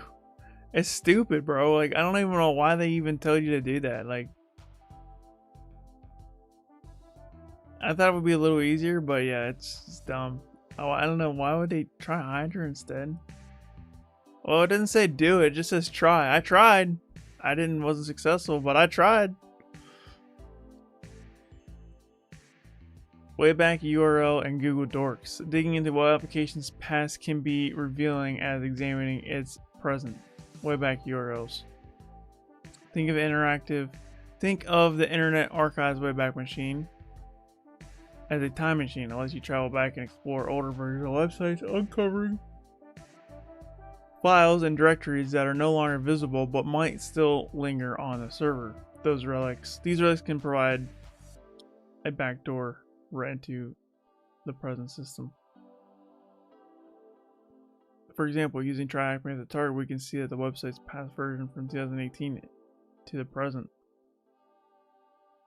To dump all the links that are saved in a Wayback Machine, we can use a tool called Wayback URLs hosted in GitHub. We can easily install this on our machine by using the following commands.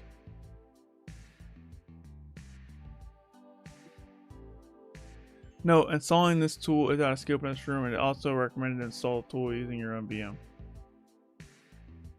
If it's out of scope, then I'm not going to do it, but I guess it's nice to know.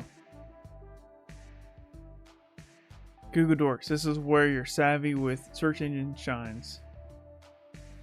By crafting specific search queries known as Google Dorks, you can find information that wasn't meant to be public. These queries can pull up everything from exposed administrative directories to logs containing passwords and indices. Indices? How do you say that? Is it indices or indices?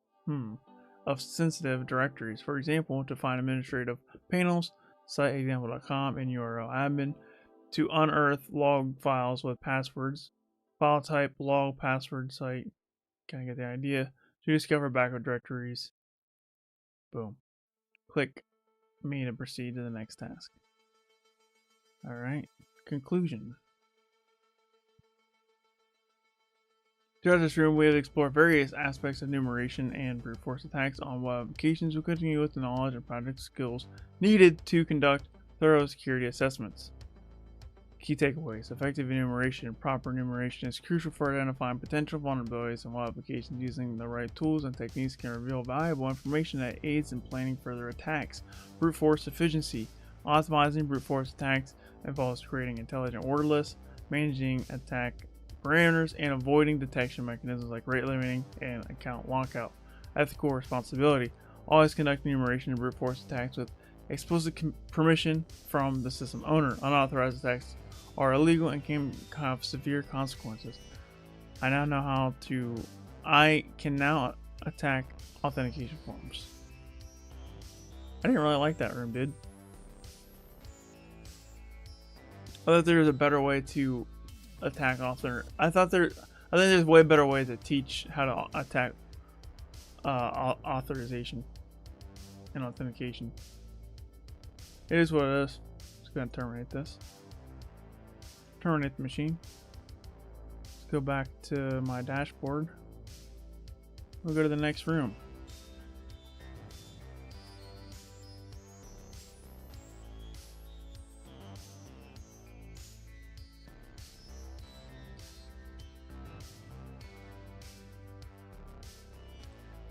Session management.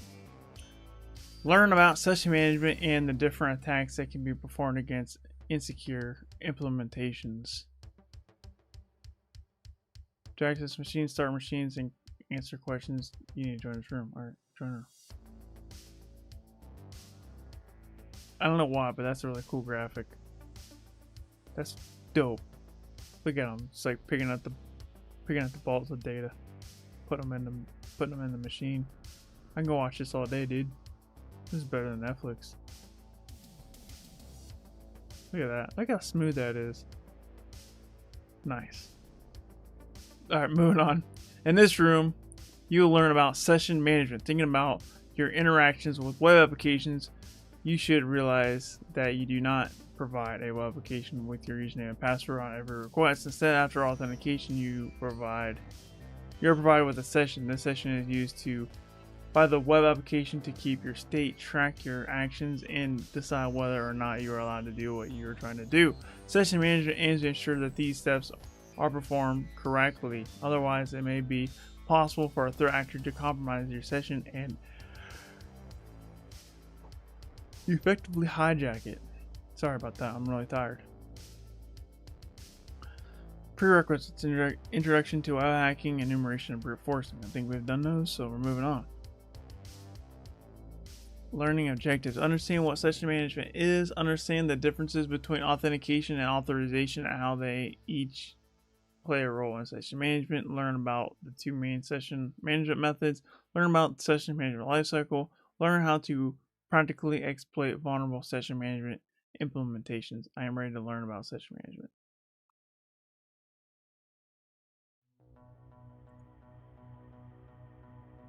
What is session management? Before we discuss everything that can go wrong, we need to learn about session management. As mentioned in the previous task, you don't send your username and password with each request. However, the HTTP protocol is inherently stateless.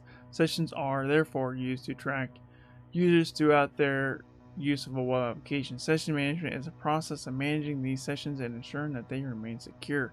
Session management lifecycle. The best way to learn about the session management is to use the session management lifecycle as shown in the animation below. Session creation, session tracking, session timeout, session termination, session security.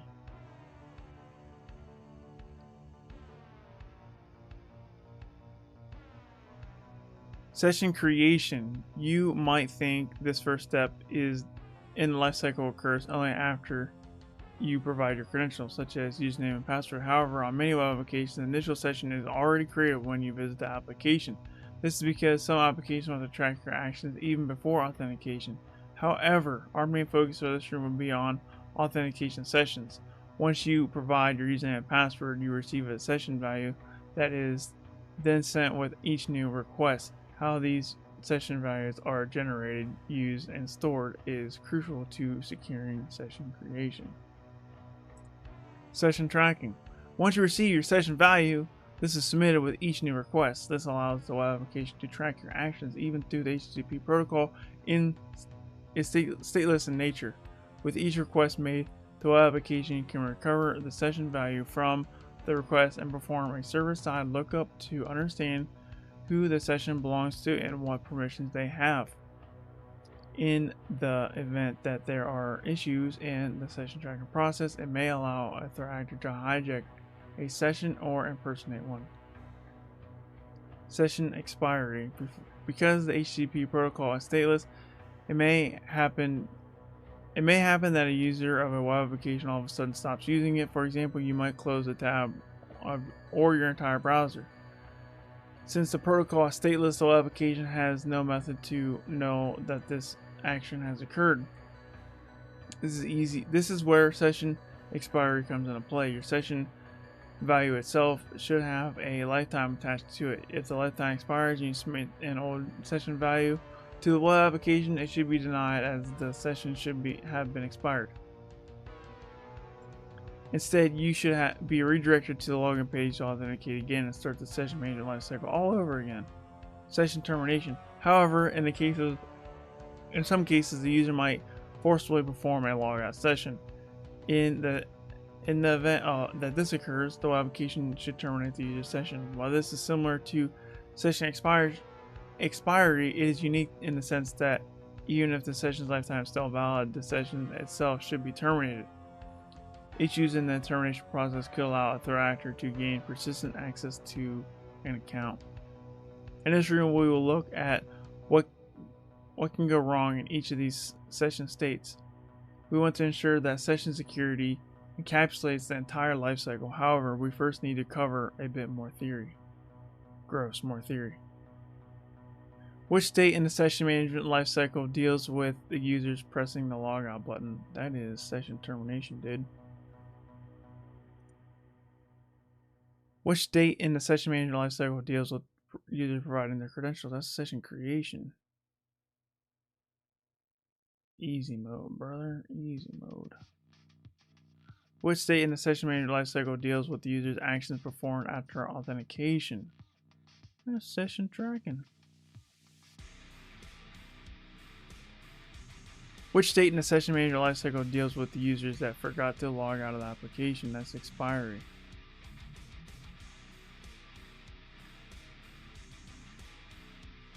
Easy mode.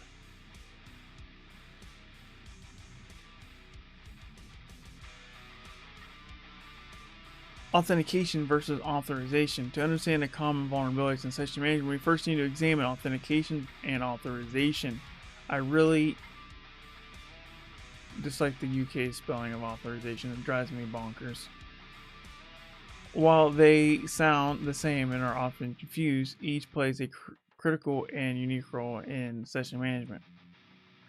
To better explain the differences, let's examine the IAA model. Identification, authentication, authorization, accountability. Identification. Identification is a process of verifying who the user is. This starts with the user claiming to be a specific identity. In most web applications, this is performed by submitting your username. You are claiming that you are the person associated with a specific username.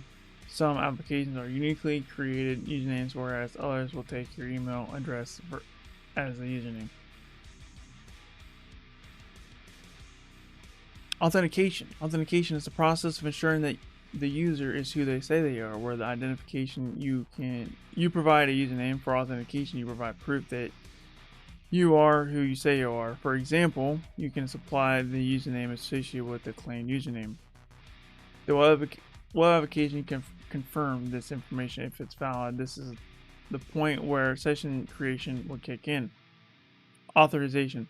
Speaking of the UK spelling authorization, Hack the Box is also a UK company, but they write in American English, which is amazing because it's honestly the right way to go. Sorry people in UK or anybody that spells authorization like this. You're just wrong. You're just wrong. And the way I know you're wrong is because last time I checked, we put a guy on the moon and you didn't. And that's all I'm going to say about that. Authorization is the process of assuring that the specific user has the rights required to perform the action requested. For example, while all users may view data, only a select few may modify it. In the session management lifecycle, session tracking plays a critical role in authorization.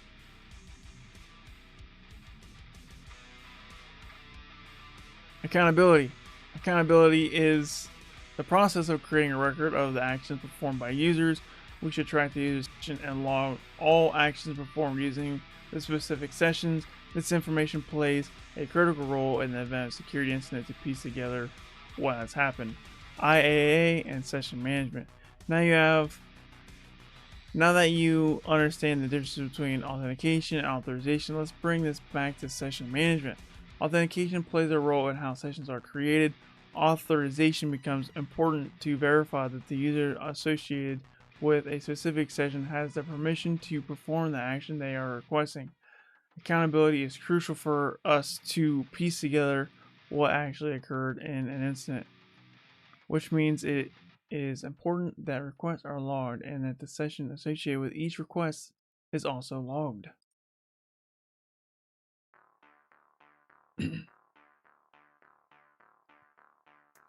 What is the name of the process in the IAA model that would be responsible for tracking your actions and logging them? That'd be accountability.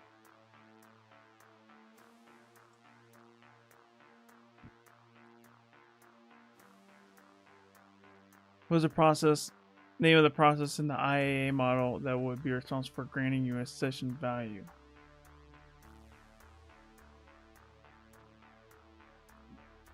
Probably authentication. What is the name of the process in the IAA model that would be responsible for verifying that you have the relevant permissions to perform an action? That'd be authorization. Spelled incorrectly. No, I spelled it right for the UK English, but not for American English.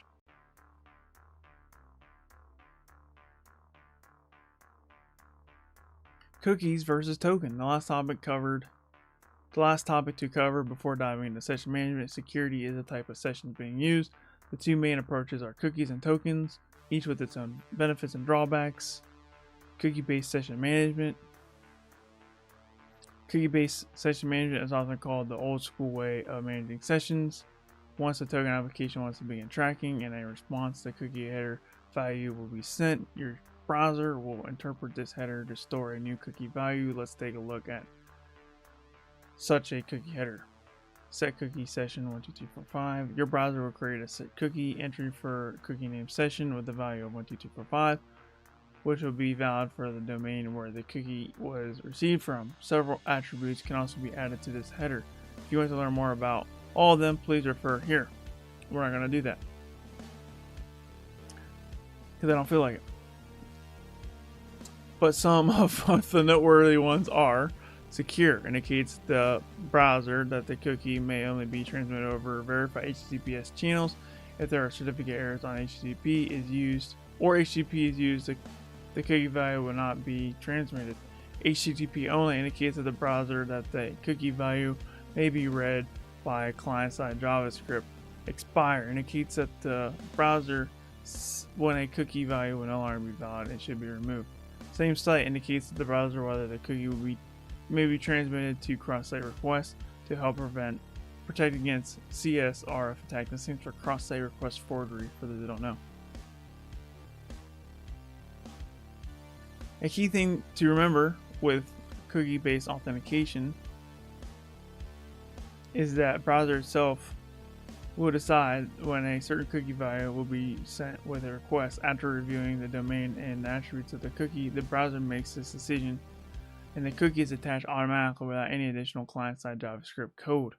Token-based session management. Token-based session management is a relatively new concept. Instead of using the browser's automatic cookie management features, it relies on client-side code for the process. After authentication, the web application provides a token within the request body. Using client-side JavaScript code, this token is then stored in the browser's local storage.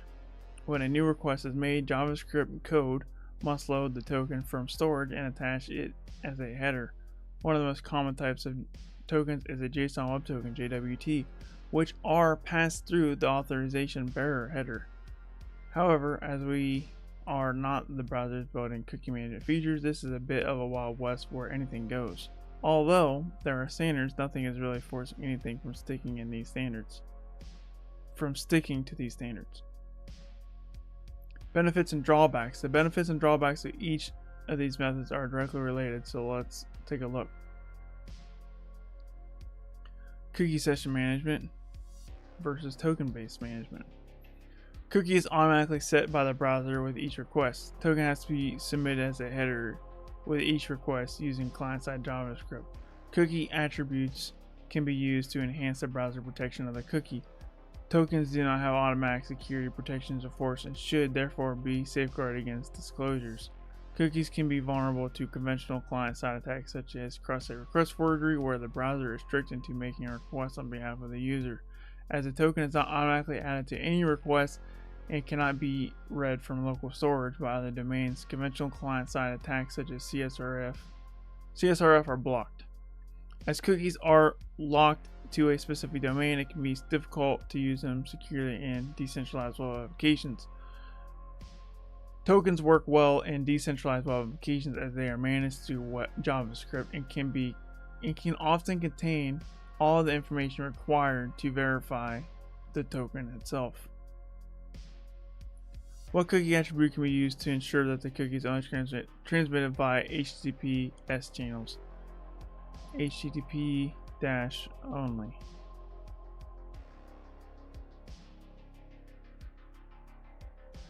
Oh, there's no dash in that. It's all one word. Maybe the capitalization matters.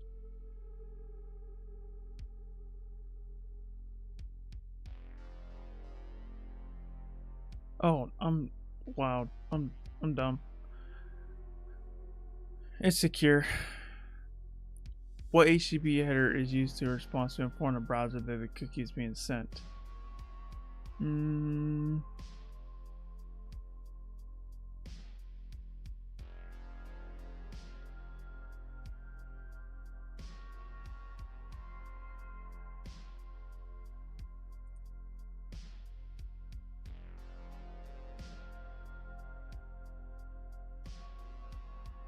It's set cookie.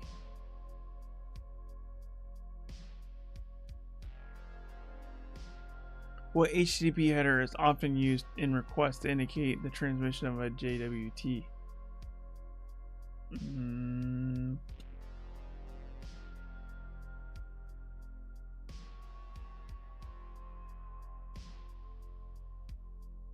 I might have to look that one up.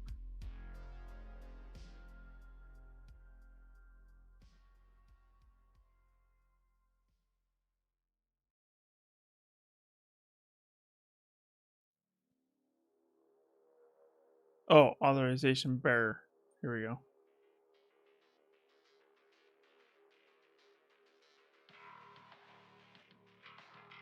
Securing the session lifecycle. It's finally time to learn about session management security. Going back to our session management lifecycle, let's examine what can go wrong in each phase. Session creation. Session creation is where the most vulnerabilities can creep in. Let's dive into a couple of the common ones. Weak session values. It is less common to see weak session values in modern times as frameworks are consistently used. However, with the rise of LLMs and other AI code assistance solutions, you would be surprised on how often these old school vulnerabilities are creeping back in. If a custom session creation mechanism has been implemented, there is a good chance that the session values may be guessable. A good example of this is the mechanism that simply base64 encodes the username as the session value. If a threat actor can reverse engineer the session creation process, they can generate or guess session values to hijack the accounts of legitimate users. Controllable session variables. In certain tokens such as JWTs, all the relevant information to both create and verify the JWT's validity is provided. If security measures are not enforced, such as verifying the token signature or ensuring that the signature itself was created successfully, a threat actor would be able to generate their own token. These types of tokens will be discussed in more detail in a future room. Session fixation. Remember that the web application that already gave you a session before authentication.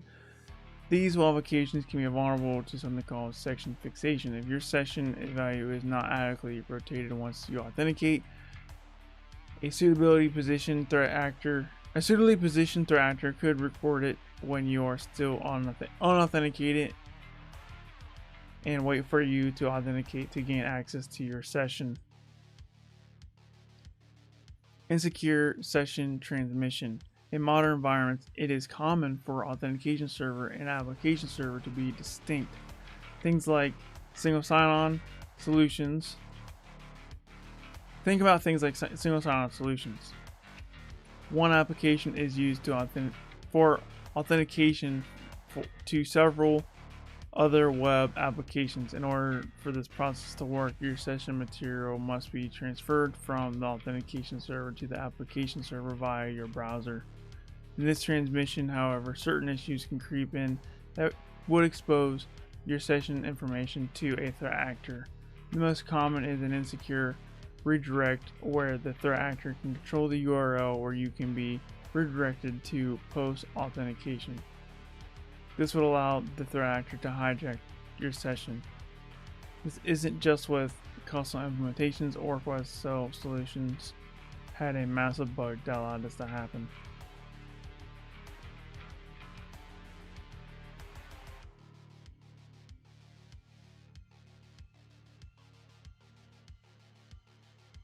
Session tracking. Session tracking is the second largest culprit of vulnerabilities. Let's take a look.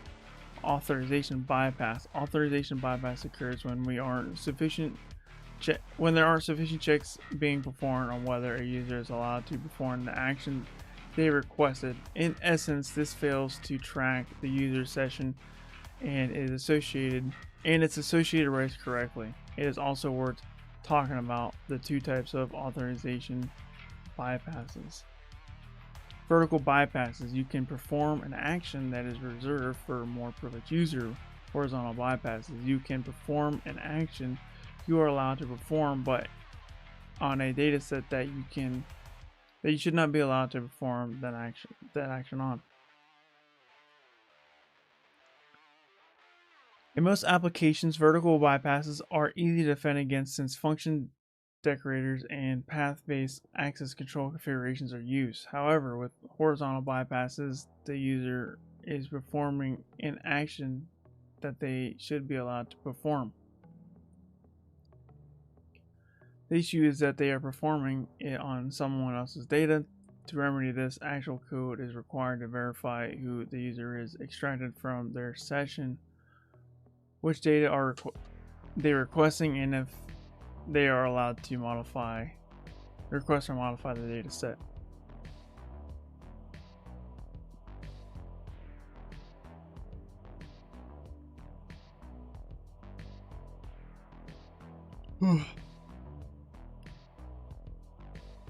All this reading's making me tired.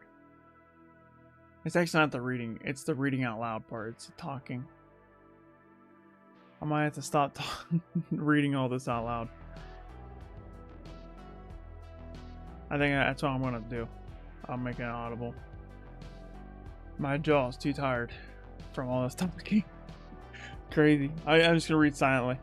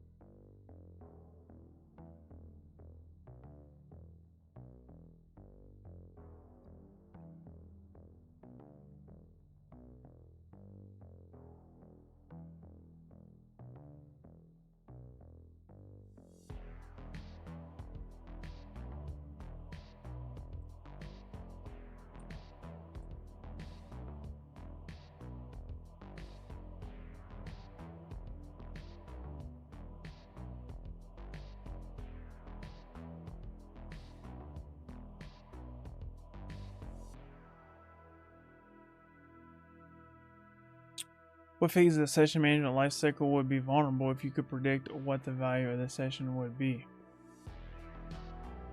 It would be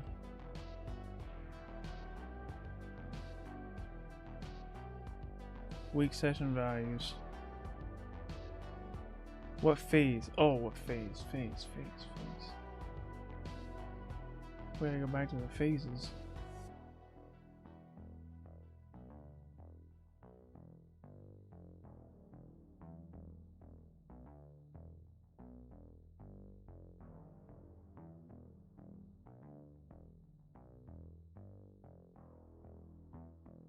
Oh, session creation.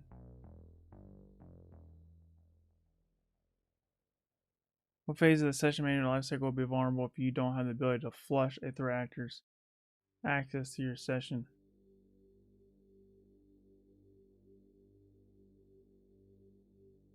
Probably session termination.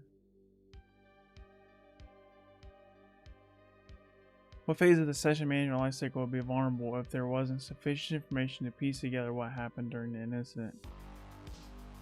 Session tracking, right? Yeah.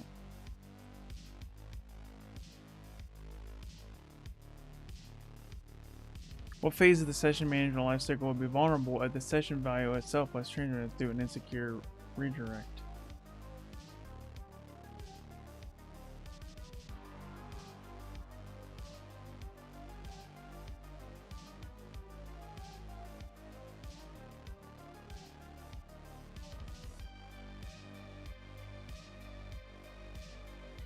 Probably this one. No?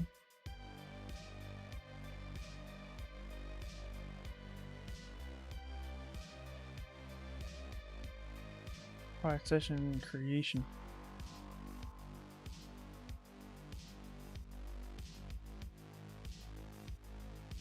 Hey, we can do the hands-on stuff now.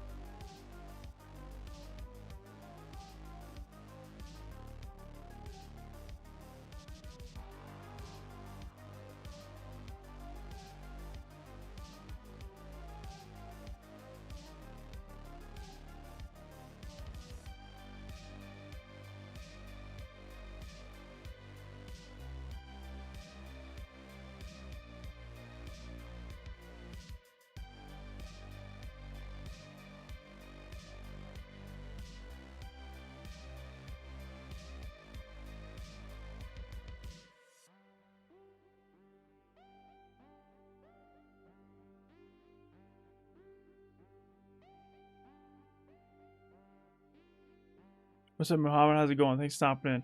I'm doing good. Thanks for asking.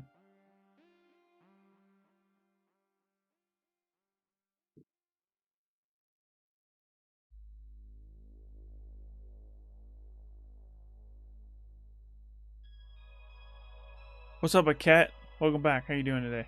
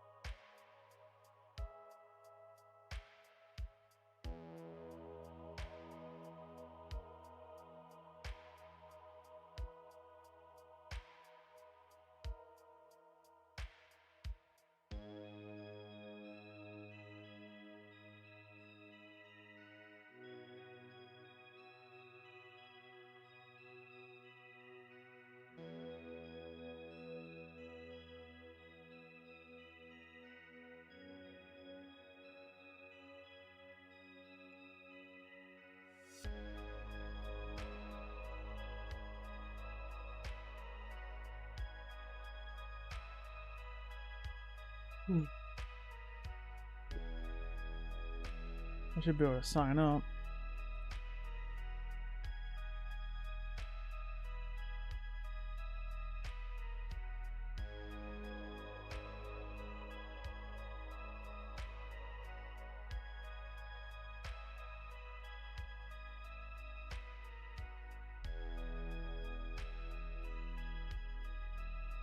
Bro, can you make a video on how to prepare for the certifications and full roadmap for a beginner to become a pro red teamer?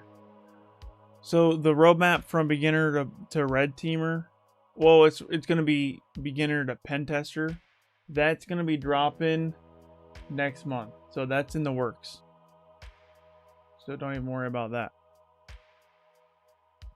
And then how to prepare for certifications. I have tons of videos about individual certifications because each certification is different and you have to go into each certification a little bit differently.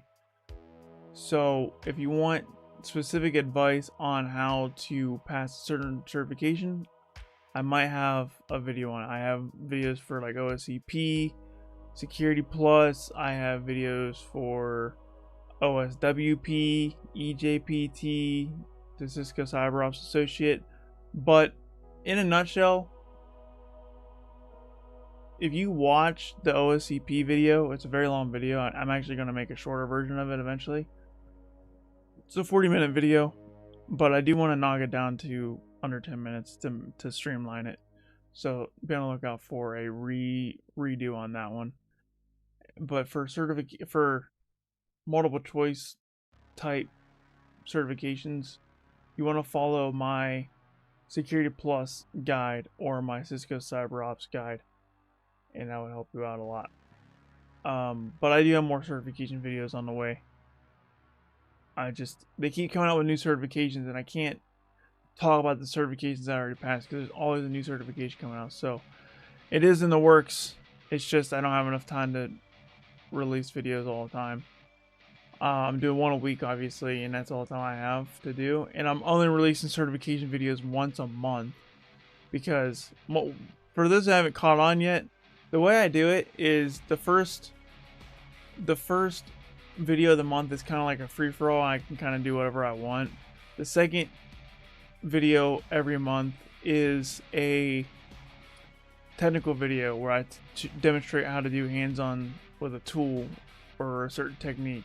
For example, the last one was SQL Map. And then the third video every month is a certification video, whether I'm talking about how I passed a certain certification or giving you an overview of another certification and whether it's good for your career or not. The fourth video every month is a career planning video where it just helps you shape in your career and help you get in the field or advance your career. And then the fifth video of every month, if there is a fifth Saturday, which there is this month, is a Flipper Zero video because Flipper Zero is super popular. So if there's a fifth Saturday in the month, then it's gonna be a Flipper Zero video. That's the layout I've been sticking out to. Obviously that's subject to change, but that's what I've been doing. So you can expect one certification video per month. You can expect one hands-on demonstration per month. You can expect one career planning video per month, and then you get a free-for-all, which would be pretty much anything. Last one was how to learn Linux, and then the next one I'm going to do for a free-for-all is going to be like how to learn Python. So I got your back. It's just I can only crank them out one video a week and one podcast a week. That's all I had the bandwidth for, unfortunately. I wish I had more time to make more videos.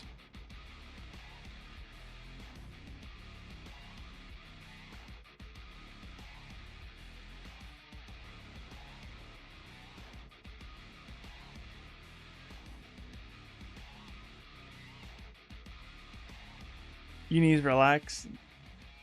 Nah. Sleep for the weak, man. I lose my mind when I don't work. I literally do not know how to relax. It's very hard for me to relax. Cause like, why would I relax when there's so much more things to learn? There's so many more things to do.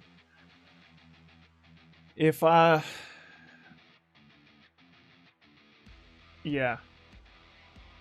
You gotta enjoy life though too. Nah.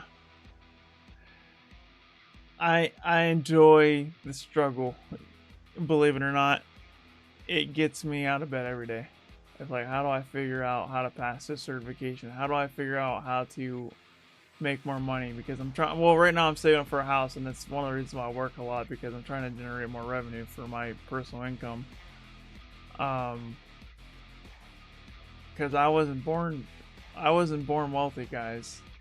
So in order for me to have nice things, I gotta work my ass off. And that's really what it comes down to.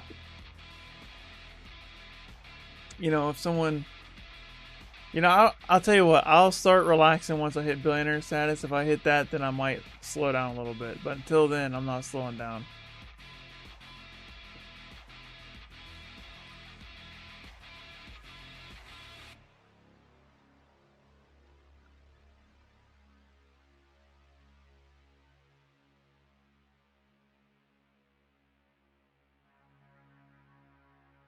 But yeah, I have a hard time relaxing. Like, if I play video games for like 3 hours, I'm like, oh my god, I just wasted 3 hours of my life, man. I could have been working on a certification.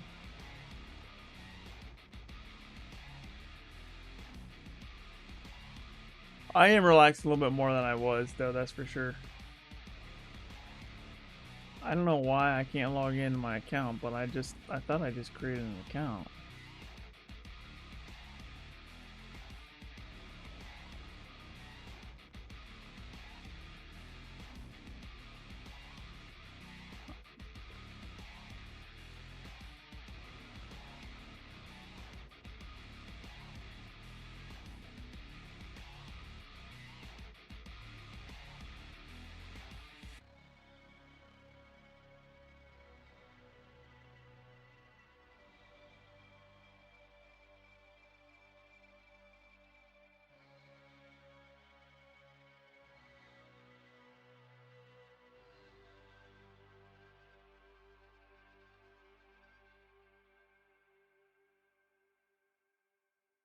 Any verification code to...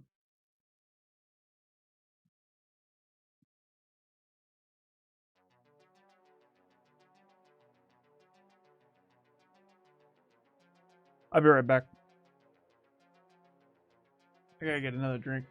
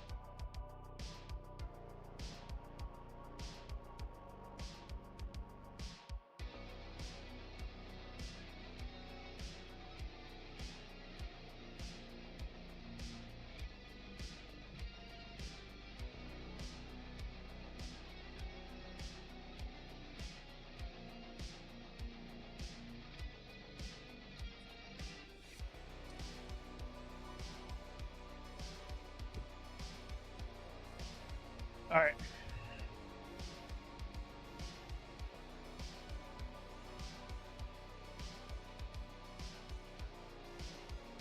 We need to figure out how to get this done.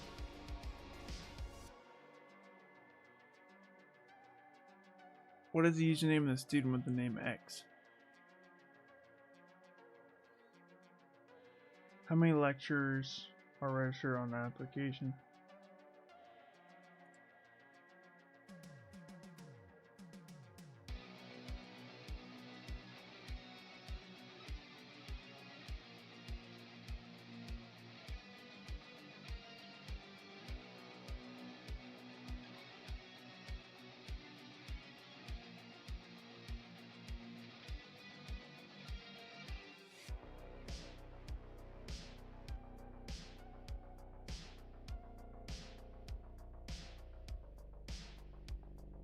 I mean, I'm only seeing one lecturer on here.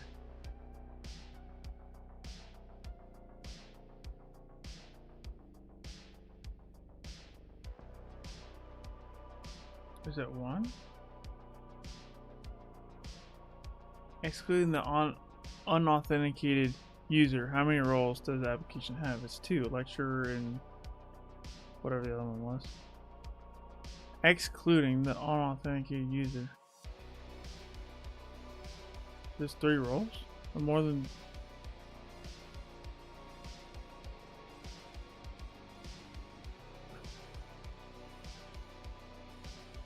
There's lecturer.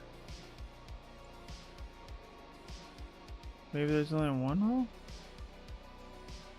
What? How many roles does the application have? How is it more than 2? Where's the 3rd role at? How many test attempts have been in total have been performed on an application? I thought I saw 0.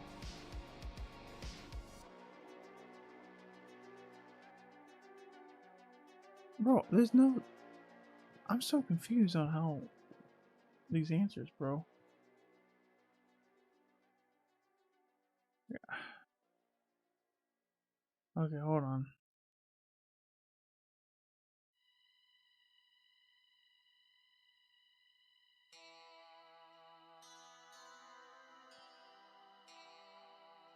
What's up, Nicholas? Welcome back. Hi, how's it going? Thanks for stopping in the stream. Yeah, I guess admin is a role, but I didn't see an admin login, so that's why I thought it was 2.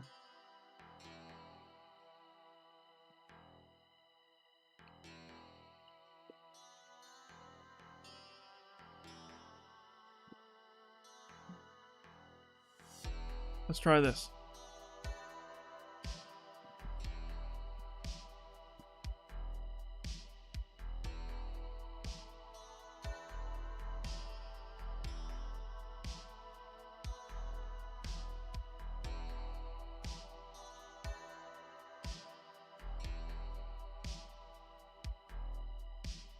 It doesn't have anything about... I don't have this same stuff.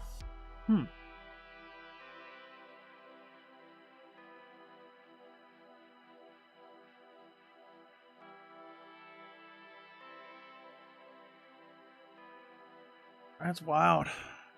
This is one thing I hate about TryHackMe is like the demonstration doesn't line up with like the lab almost ever. Because like I don't have a user key and a user role key.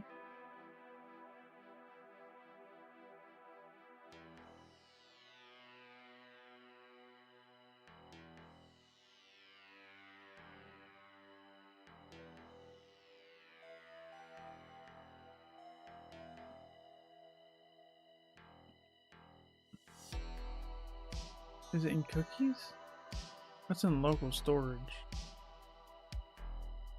Oh, here it is. It's in local storage. It's not a cookie. Okay. Let's change this to lecturer and push enter and refresh. It should be a lecturer now. Yeah, look at that. Perfect. There's a user that starts with X. Oh, here we go. There's the flag for that one. Easy enough.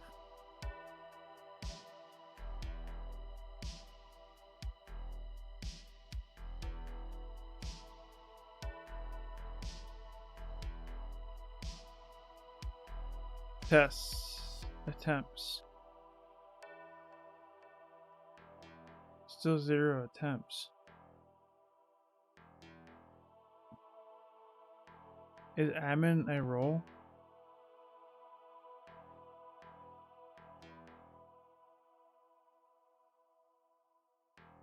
Let's try that. Let's see if admin's a role.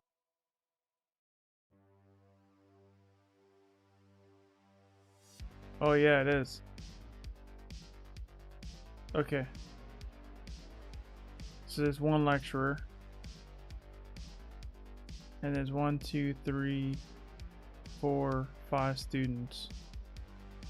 Let's go to tests. Test found. Attempts. Oh, here we go. 1, 2, 3, 4. 4 attempts. 4 attempts. What was the highest score a student wanted to cheat on a test? 3.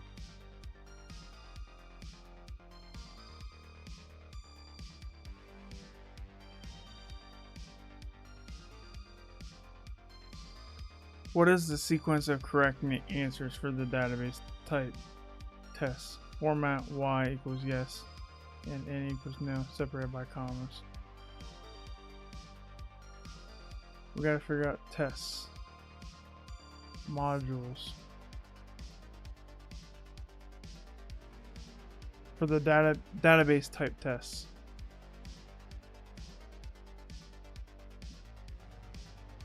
Is this one it? Sure, database by lecture 1. Let's view this.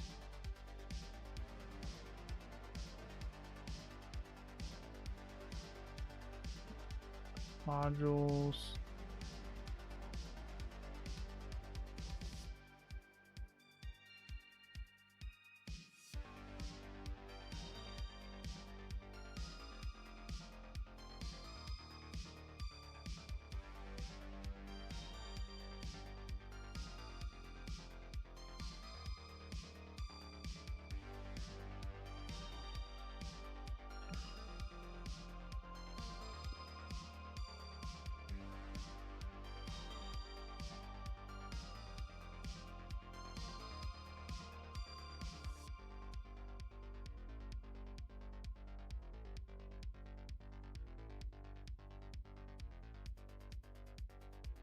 It's yes, no, no.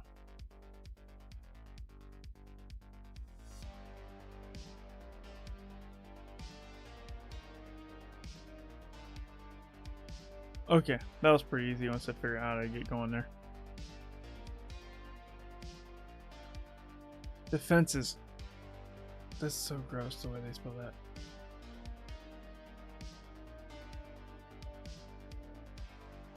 To defend against these attacks, it is important to implement a secure session management lifecycle. While several items were touched on in this room, let's take a look at the recap. The session values must be stored securely regardless of the session of it being a cookie or a token. The session values themselves must be either sufficiently random and non-guessable or use of signing mechanism to ensure they cannot be tampered with. Sessions should be able to track user actions and perform authorization checks to ensure the user can perform the requested action. Sessions should expire after a set amount of time to prevent them from being used for persistent access. If the logout button is pressed, the session should be removed client side and invalidated server side. Otherwise, a user would be unable to destroy their session if it was compromised. I understand the session management lifecycle and how to secure it. Done. I managed an LMS in the past, and that's how I thought of the admin role.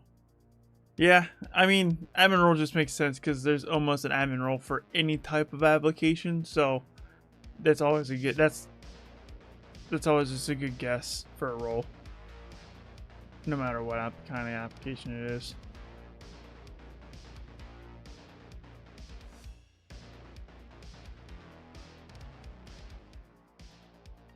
Next room is JWT Security. Let's see how long this takes. I don't know if I want to do it yet. Let's see here. How long is this room?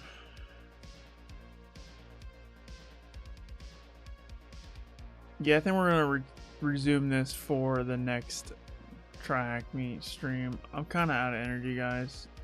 All this reading and all this yapping makes me tired. And we already been streaming for 2.5 hours, which is a pretty good stream length. So I'm going to go ahead and cut it here, and then we will pick up at JWT for the next TryHackMe stream. Now the next stream won't be a TryHackMe stream. We are kind of alternating what I put up here because I want to incorporate things that is interesting for different people, and because I think it's fun to move from platform to platform. So next stream will be Hack the Box. We're going to be doing Hack the Box again. That's kind of what started my live streams, and basically the workflow now is one week it's Hack the Box, next week it's going to be Portswigger Web Security Academy, then the next week after that is going to be TryHackMe, and it's going to be those 3 platforms rotating until further notice. So again, next week we're going to be doing more Hack the Box, so hopefully I see you there.